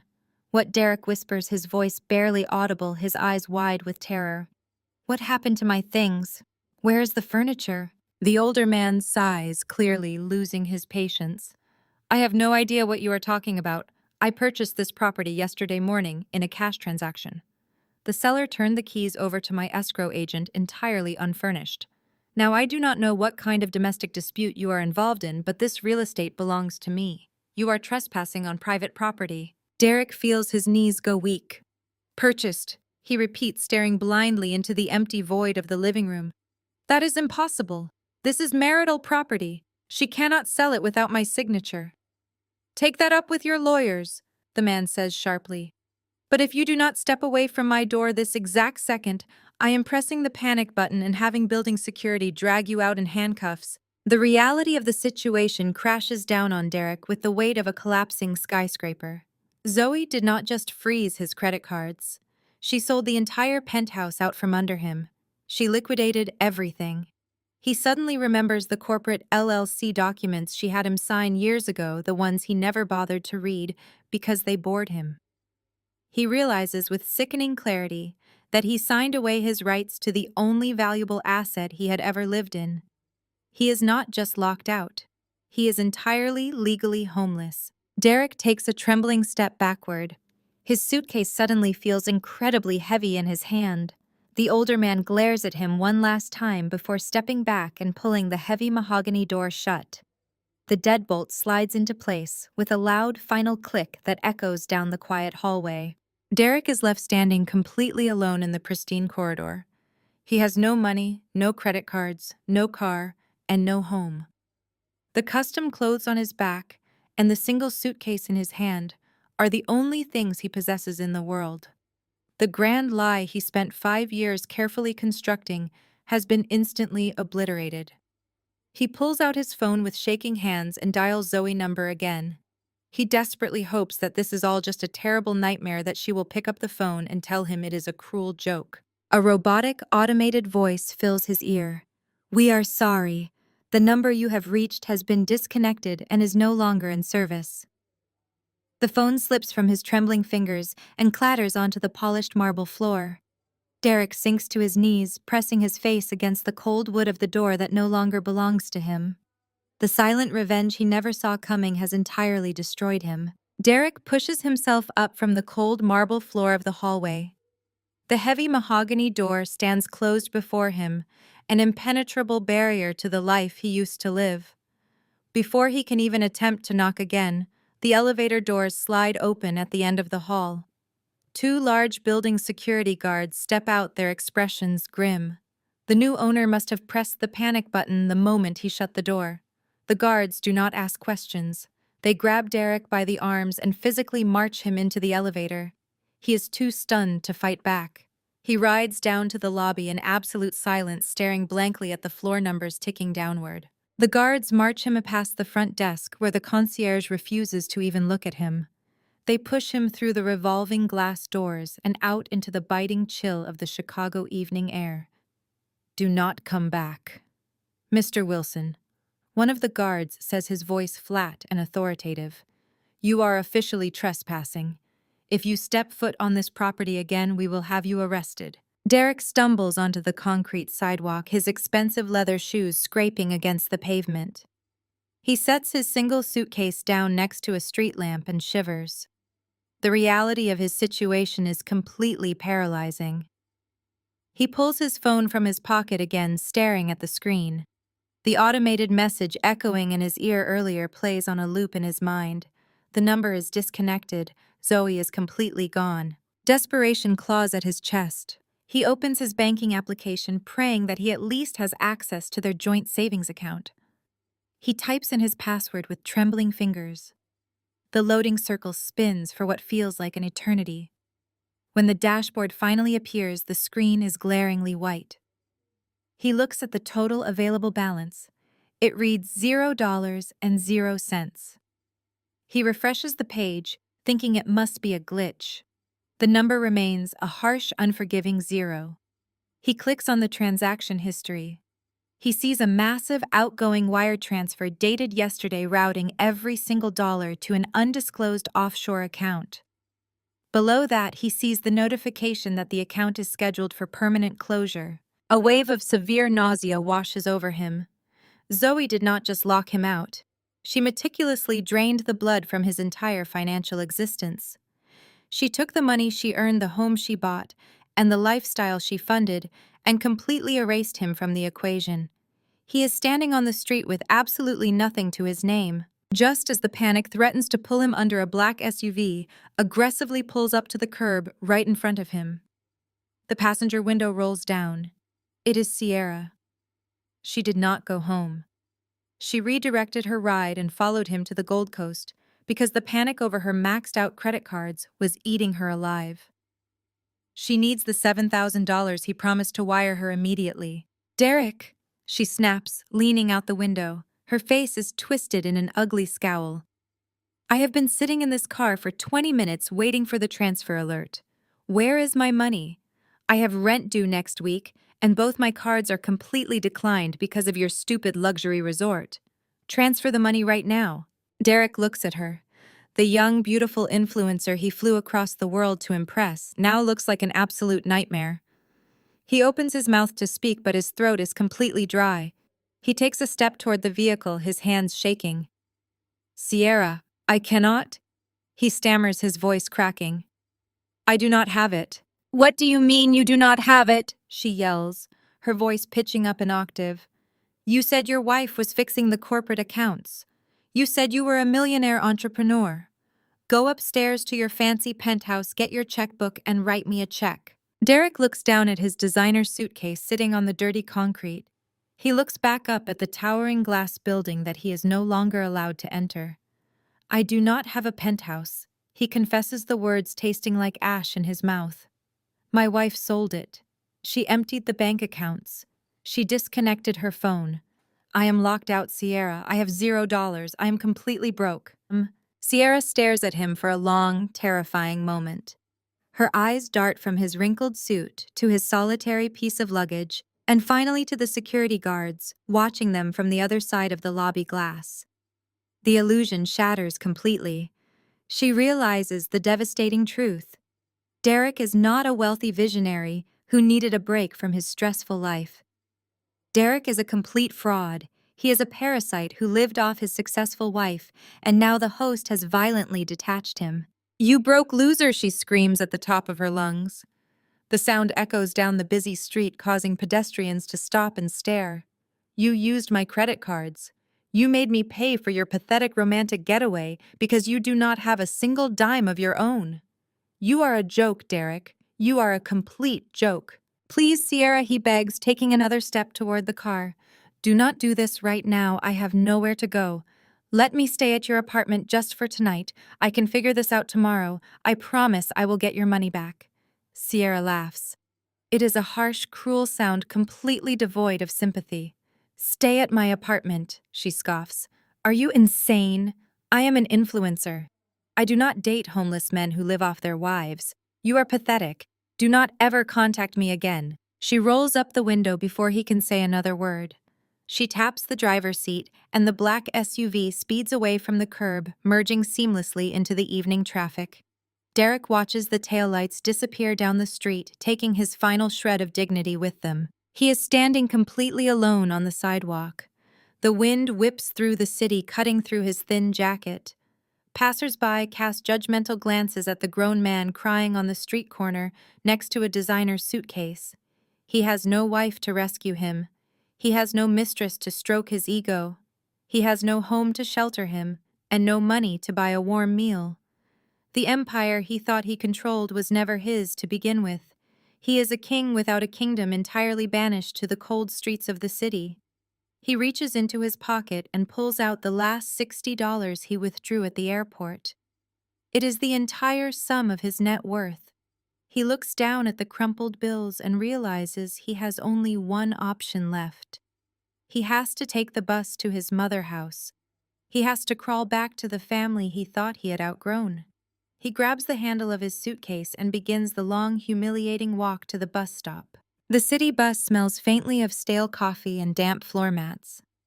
Derek sits rigidly in the molded plastic seat, clutching the handle of his designer suitcase like a life raft. The fluorescent lights overhead flicker, casting harsh shadows over his expensive tailored suit. He feels the eyes of the other late-night passengers on him, judging the massive discrepancy between his wealthy attire and his presence on public transit. Every pothole the bus hits rattles his teeth and serves as a physical reminder of his spectacular fall from grace. He stares out the scratched window, watching the glittering skyline of Chicago shrink into the distance. That skyline used to be his playground. Now it is a fortress that has permanently locked him out. The hour-long ride to the suburbs is pure psychological torture. He runs through the scenarios in his head. He expects Brenda to welcome him with open arms. After all, she has always been his biggest defender. She told him he deserved grace. She told him she understood his needs as a man. He is banking everything on the belief that her suburban home will be his safe haven until he can figure out how to manipulate his way back into my bank accounts. The bus screeches to a halt. Derek steps off into the cold night air, dragging his suitcase. The walk takes 15 minutes. His loafers were designed for boardrooms, not cracked sidewalks. By the time he turns onto her street, his breathing is heavy. But as he approaches the colonial house, he senses something is horribly wrong. The driveway is completely empty. Marcus and Chloe always park their luxury SUVs in front of the garage. Both vehicles are gone. The garage door is wide open, revealing nothing but empty space. Before Derek can process the missing cars, a sharp scream shatters the quiet neighborhood. The sound comes from inside the house. The front door is standing wide open, spilling yellow light onto the porch. Derek hurries up the steps, abandoning his suitcase. He steps into the foyer and walks straight into a domestic war zone. The living room looks like a tornado ripped through it. Clothing is scattered across the floor. Standing in the center of the chaos is Chloe. Her face is bright red and she is frantically shoving clothes into a canvas duffel bag. Marcus is standing a few feet away, looking completely defeated, his shoulders slumped forward. "Do not walk away from me, Marcus!" Chloe screams, throwing designer dresses into the bag. "The repo men literally dragged me out of the driver's seat at a red light. Do you have any idea how humiliating that was? My friends were watching. The manager called me a thief." "Baby, just calm down," Marcus pleads, his voice weak. "I can get the cars back. I just need a few days to find a new guarantor. My studio connections will pull through." "Your studio connections are imaginary," Chloe shrieks, zipping the bag. "Everything about you is imaginary. Your car is gone. Your credit cards are dead. I just checked the joint account, and it is overdrawn by $400. I am not spending the best years of my life married to a broke man who still lives in his mother-guest bedroom. I am filing for divorce tomorrow morning.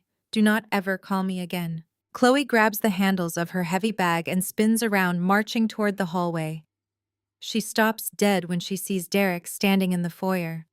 Her tear-streaked face twists into pure venom. "And look who the cat dragged in," Chloe spits, pointing a shaking finger at him.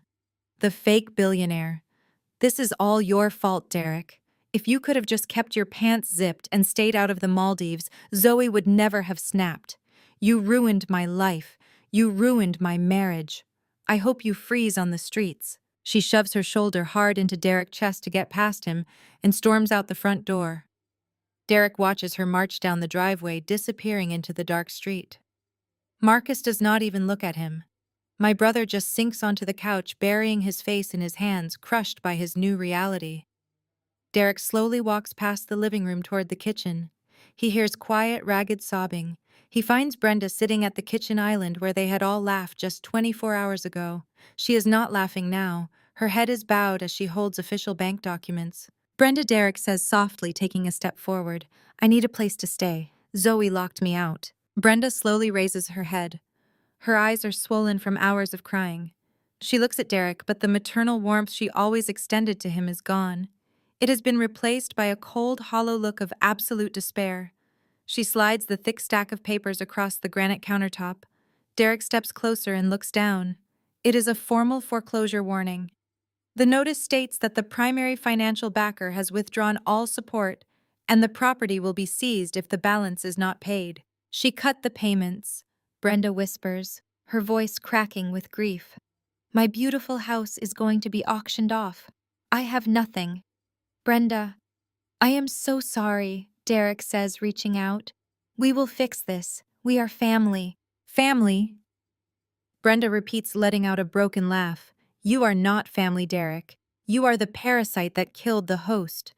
I sat in this exact chair and defended you. I sacrificed the only daughter who ever took care of me to protect you and Marcus. And what did it get me? My cars are gone. My daughter-in-law is leaving. My house is being taken. And my real daughter is gone forever. Get out of my house, Derek. Get out before I call the police. You brought this curse. Derek stumbles backward, fleeing into the dark. 6 months pass.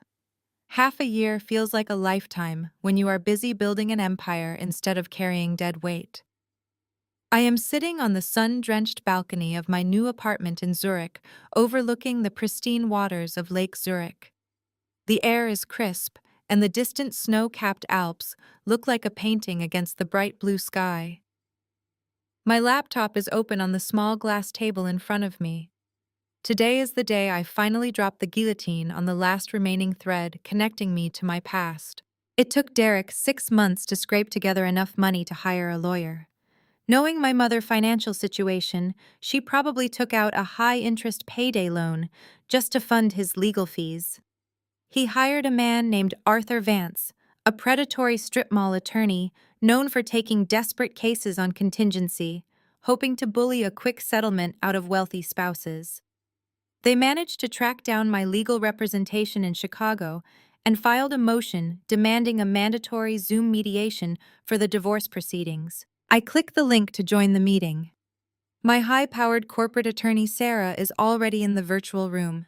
She is a shark in a tailored suit, and she has been eagerly waiting for this exact moment.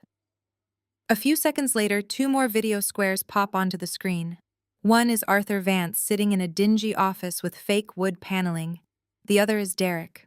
I almost gasp when I see him. The man staring back at me through the webcam is completely unrecognizable.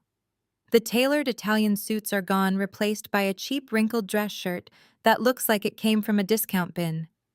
His hairline has receded dramatically, and deep dark bags hang under his eyes. He looks like he has aged 10 years in 6 months. The stress of poverty, the foreclosure of his mother house, and the absolute humiliation of his public downfall have physically deteriorated him. But despite his haggard appearance, his arrogance remains perfectly intact. The moment he sees my face on the screen, his posture stiffens. He leans closer to the camera, attempting to project the alpha male confidence he lost the night I locked him out of the penthouse. Well, Zoe, he says, his voice dripping with forced bravado. It is nice of you to finally show up. Running away to Europe was a cute stunt, but you cannot hide from the law forever. It is time to settle up. I do not say a single word. I simply sip my espresso and watch him dig his own grave. His lawyer, Arthur, clears his throat and adjusts his cheap tie. Yes, thank you, Derek. Let us get right to business. Ms. Wilson, My client is seeking a fair and equitable division of the marital assets. He was accustomed to a certain standard of living during the 5-year marriage, a standard that you abruptly and maliciously terminated. We are requesting alimony in the amount of $10,000 a month for the next 3 years. I take another slow sip of my coffee. Arthur is not finished. Furthermore, Arthur continues reading from a legal pad. We are demanding 50% of the proceeds from the sale of the Gold Coast penthouse, which we estimate to be roughly $2 million. We are also seeking half of the funds that were drained from the joint savings account prior to your departure. If you agree to these terms today, my client is willing to sign the divorce papers and avoid taking this to a messy public trial. Derek nods smugly, folding his arms across his chest. You hear that, Zoe? He says, a nasty grin spreading across his face. Half. I want half of everything. You thought you could just throw me on the street like garbage, but I know my rights. I was your husband. I supported your career. I sacrificed my own entrepreneurial goals to be there for you. You owe me. The sheer delusion is almost comical. He really believes the narrative he has spun for his strip mall lawyer. He really believes he was a supportive partner and not a parasitic leech. He expects me to panic. He expects me to negotiate to offer him a smaller settlement just to make him go away. I set my espresso cup down and look directly into the camera. I smile. It is a genuine, relaxed smile. Sarah, I say, turning the floor over to my attorney. Please educate opposing counsel. Sarah adjusts her glasses and leans into her microphone.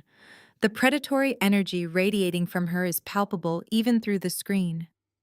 Mr. Vance, she begins, her voice sharp and authoritative. I am assuming you did not actually do a thorough discovery before demanding $2 million from my client. Because if you had, you would know that the Gold Coast penthouse was never marital property. Arthur frowns, looking down at his notes. They lived in it for 5 years. In the state of Illinois, that constitutes a marital residence subject to equitable division. Not when the property is owned by a corporate LLC formed entirely prior to the marriage. Sarah counters smoothly, pulling up a document and sharing it on the screen. It is the operating agreement for the LLC. Ms. Wilson was the sole managing member. Her personal funds purchased the property before the wedding date. Furthermore, I direct your attention to page 4, paragraph 2. Your client Derek Wilson explicitly signed a waiver acknowledging he was residing in the property as a tenant with 0 equity claims. He waived his rights to the real estate 4 years ago. Derek's face instantly drops. He leans closer to the screen, squinting at the document. What is that? He stammers. I never signed that. Zoe just told me it was for tax purposes. I did not read it. Ignorance of the contract does not invalidate your signature. Mr. Wilson, Sarah says coldly, removing the document from the screen. The sale of the penthouse was completely legal, and the proceeds belong exclusively to the LLC. You are entitled to absolutely 0% of that transaction. Arthur Vance looks visibly panicked. He realizes his massive contingency fee is rapidly evaporating. He scrambles, trying to salvage the negotiation. Okay, fine, Arthur stutters. The real estate is off the table, but the joint savings account was funded during the marriage. That is clearly marital property, and my client is entitled to half of the balance that was removed. Sarah smiles. It is the smile of a shark that just smelled blood in the water. I was hoping you would bring up the joint accounts, Mr. Vance, because this is where the math gets very interesting for your client. We have compiled a forensic audit of every single transaction from that account over the last 3 years. She shares another document on the screen.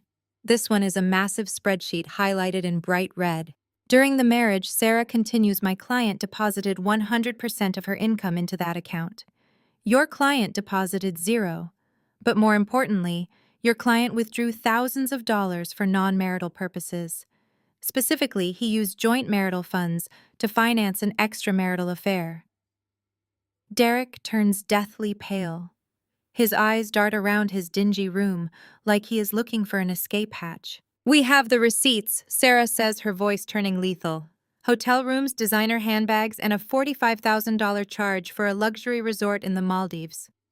In the state of Illinois, this is classified as the legal doctrine of financial dissipation.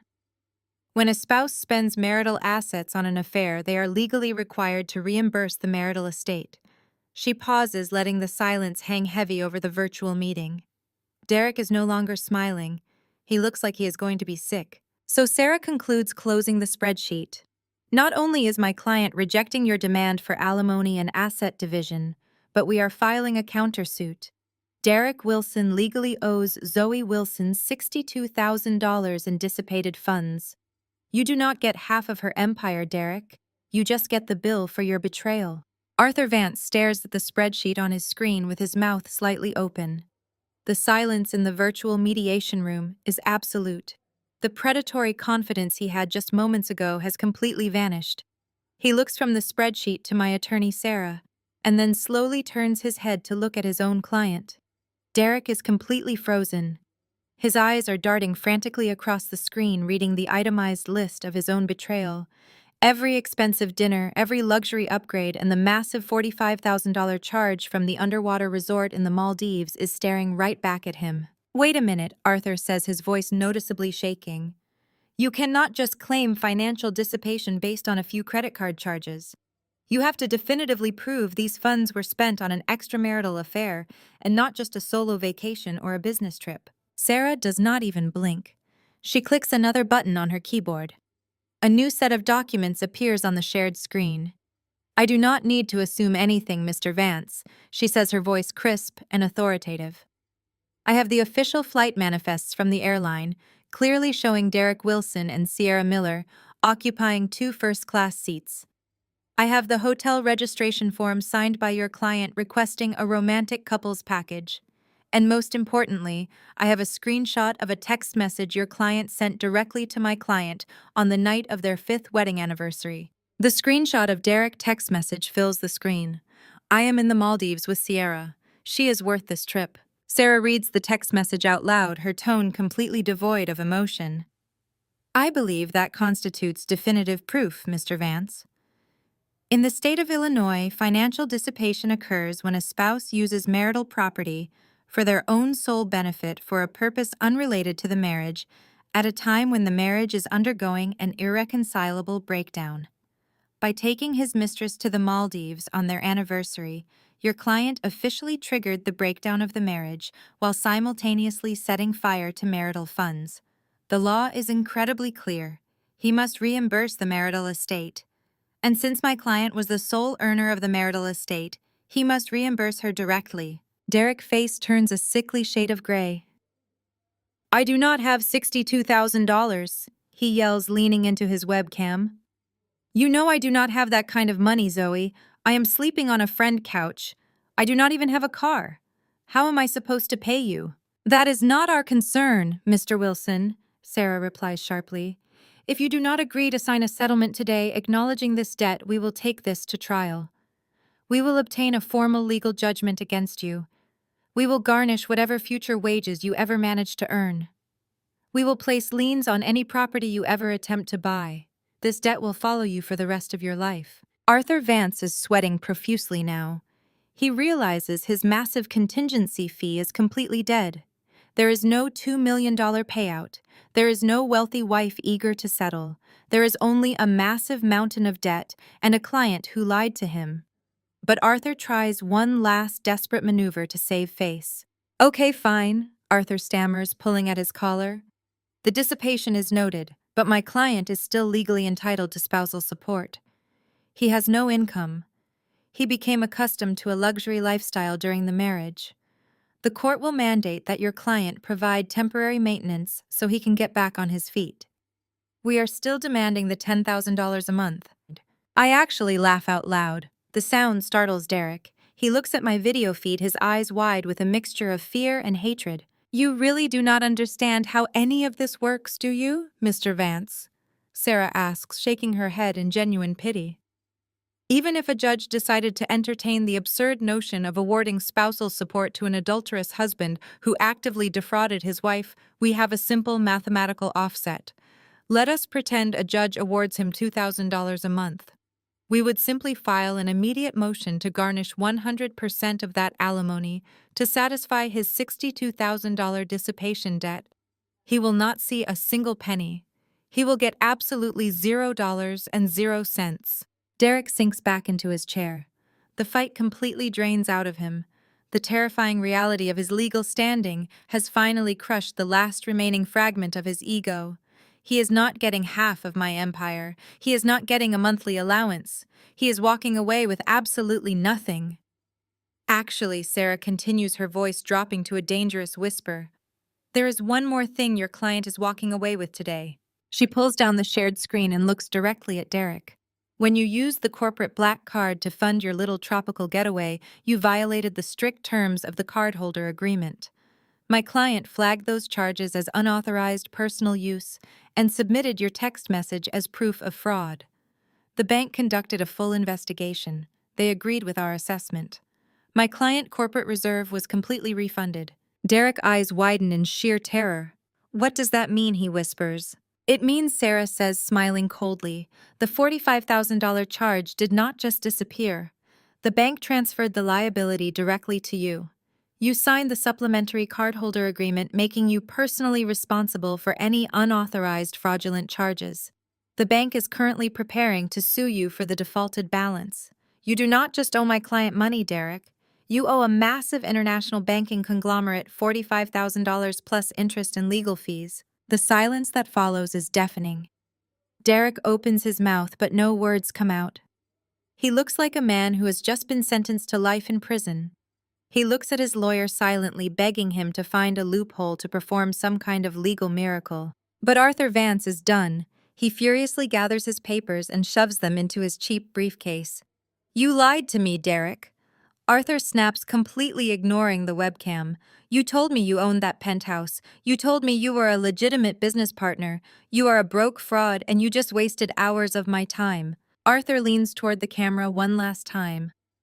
Ms. Wilson, he says, his tone completely defeated. We withdraw our demands for alimony and asset division. Email over the standard divorce decree, releasing your client from all marital liabilities. My client will sign it immediately. No, Derek screams, grabbing his computer monitor. Do not agree to that. You are supposed to fight for me. I am not fighting a losing battle for a guy who cannot even pay my retainer. Arthur barks back. Sign the papers, Derek, or find yourself a public defender for the bank lawsuit. Arthur abruptly disconnects from the Zoom call.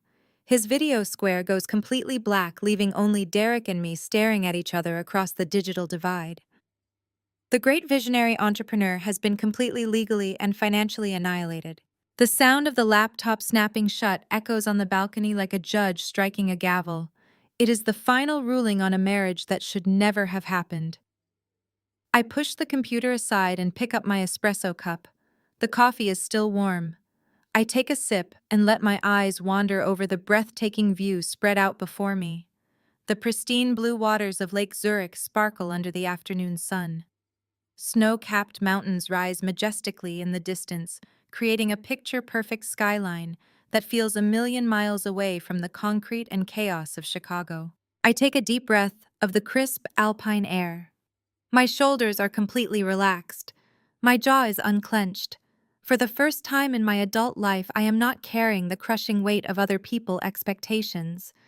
The silence out here is not the heavy, suffocating silence of an empty penthouse after a betrayal. It is the bright, beautiful silence of absolute freedom. It is fascinating how people predict your reactions based on their own limitations. When Derek sent me that text message from the Maldives, he genuinely believed he was holding all the cards. He thought his absence would break me. He expected me to dissolve into a puddle of tears, to blow up his phone with desperate pleas, and to beg him to come home so we could work on our marriage. He wanted the ego boost of two women fighting over him. My family expected the exact same script.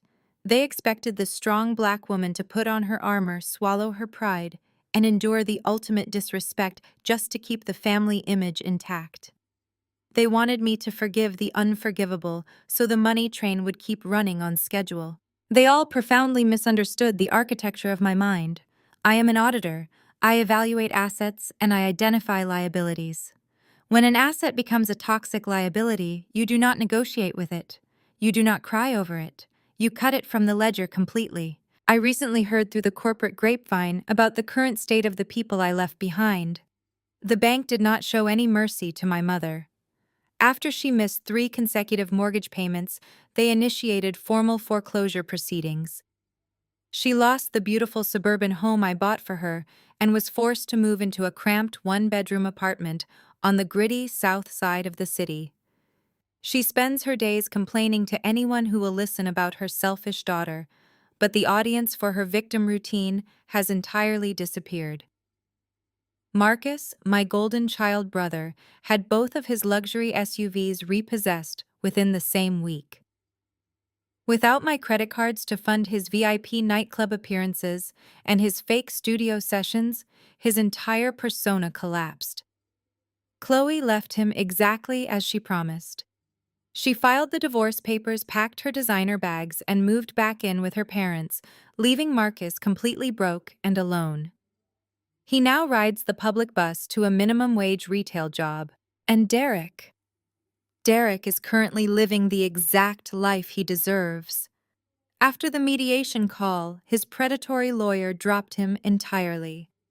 The international banking conglomerate did exactly what my attorney promised. They sued Derek for the $45,000 fraud charge. He has a massive legal judgment hanging around his neck, garroting his credit score and ensuring he will never be able to secure a legitimate loan or lease a decent apartment for the next decade. He works as a junior sales associate, making a fraction of what I used to give him as a monthly allowance. He rents a single room in a shared basement and takes the subway to work. He wanted to be a self-made man. Now, he finally has the opportunity to make himself out of absolutely nothing. Sitting here on my balcony, I feel absolutely no guilt. The society we live in constantly weaponizes guilt against women who choose themselves. We are conditioned from birth to be the caretakers, the peacekeepers, and the financial safety nets for the men in our lives. We are told that establishing firm boundaries makes us aggressive, difficult, or unlovable. We are taught to romanticize struggle and to wear our exhaustion like a badge of honor. But there is absolutely no honor in letting parasites drain your life force. Protecting your peace requires an iron will and a ruthless commitment to your own well-being. You have to be willing to be the villain in their story so you can be the hero in your own. You have to be willing to look the people who share your blood directly in the eyes and tell them that their access to your energy is permanently revoked. I look down at my hands. They are resting comfortably on the glass table. These hands wrote the code, these hands built the software, and these hands signed the contracts that created my wealth. I did not need Derek to validate my success. I did not need my mother to approve of my ambition. I only needed to recognize my own immense value. Today, I am thriving in a city that appreciates my talent. I am respected by my peers and appropriately compensated for my brilliance. I spend my weekends exploring European capitals, skiing in the Alps, and dining at restaurants where nobody asks me to foot the bill for their bad choices. I am glowing, I am wealthy, and I am utterly unbothered. The revenge was never about destroying them, it was always about rescuing myself. They expected me to break down to fight for a man who did not respect me. Instead, I let him have the mistress, and I kept my empire. Have you ever had to legally cut off toxic family members to save yourself? Tell me your story in the comments, and do not forget to subscribe. The story of Zoe offers a masterclass in redefining what it means to be strong. For years, her husband and family weaponized her success, convincing her that a truly strong woman must endlessly endure disrespect and carry the financial burdens of everyone around her. The most profound lesson here is that true strength is not found in suffering silently just to keep the peace. It is found in recognizing your own undeniable value and establishing ironclad boundaries. Zoe realized that her family did not love her. They only loved their unrestricted access to her resources. Society often conditions us to confuse family loyalty with endless self-sacrifice. However, loyalty should never require you to set yourself on fire just to keep toxic people warm. When your generosity is met with pure entitlement, it is no longer support. It is exploitation. Furthermore, this story highlights the absolute necessity of financial independence and strategic thinking. Zoe was able to walk away on her own terms without screaming or engaging in petty arguments entirely due to her meticulous financial planning. She protected her assets and her peace of mind long before the ultimate betrayal even occurred. Her silent and calculated exit proves that you do not need to seek loud, chaotic vengeance to win. You simply need to remove your energy, your money, and your physical presence from those who fail to respect it. Real empowerment is quietly taking back your crown and leaving the parasites to face the harsh consequences of their own actions. We must actively unlearn the toxic narrative that we are obligated to act as saviors for people who refuse to save themselves. If you have ever had to walk away from a toxic environment to protect your peace, please share your story in the comments below.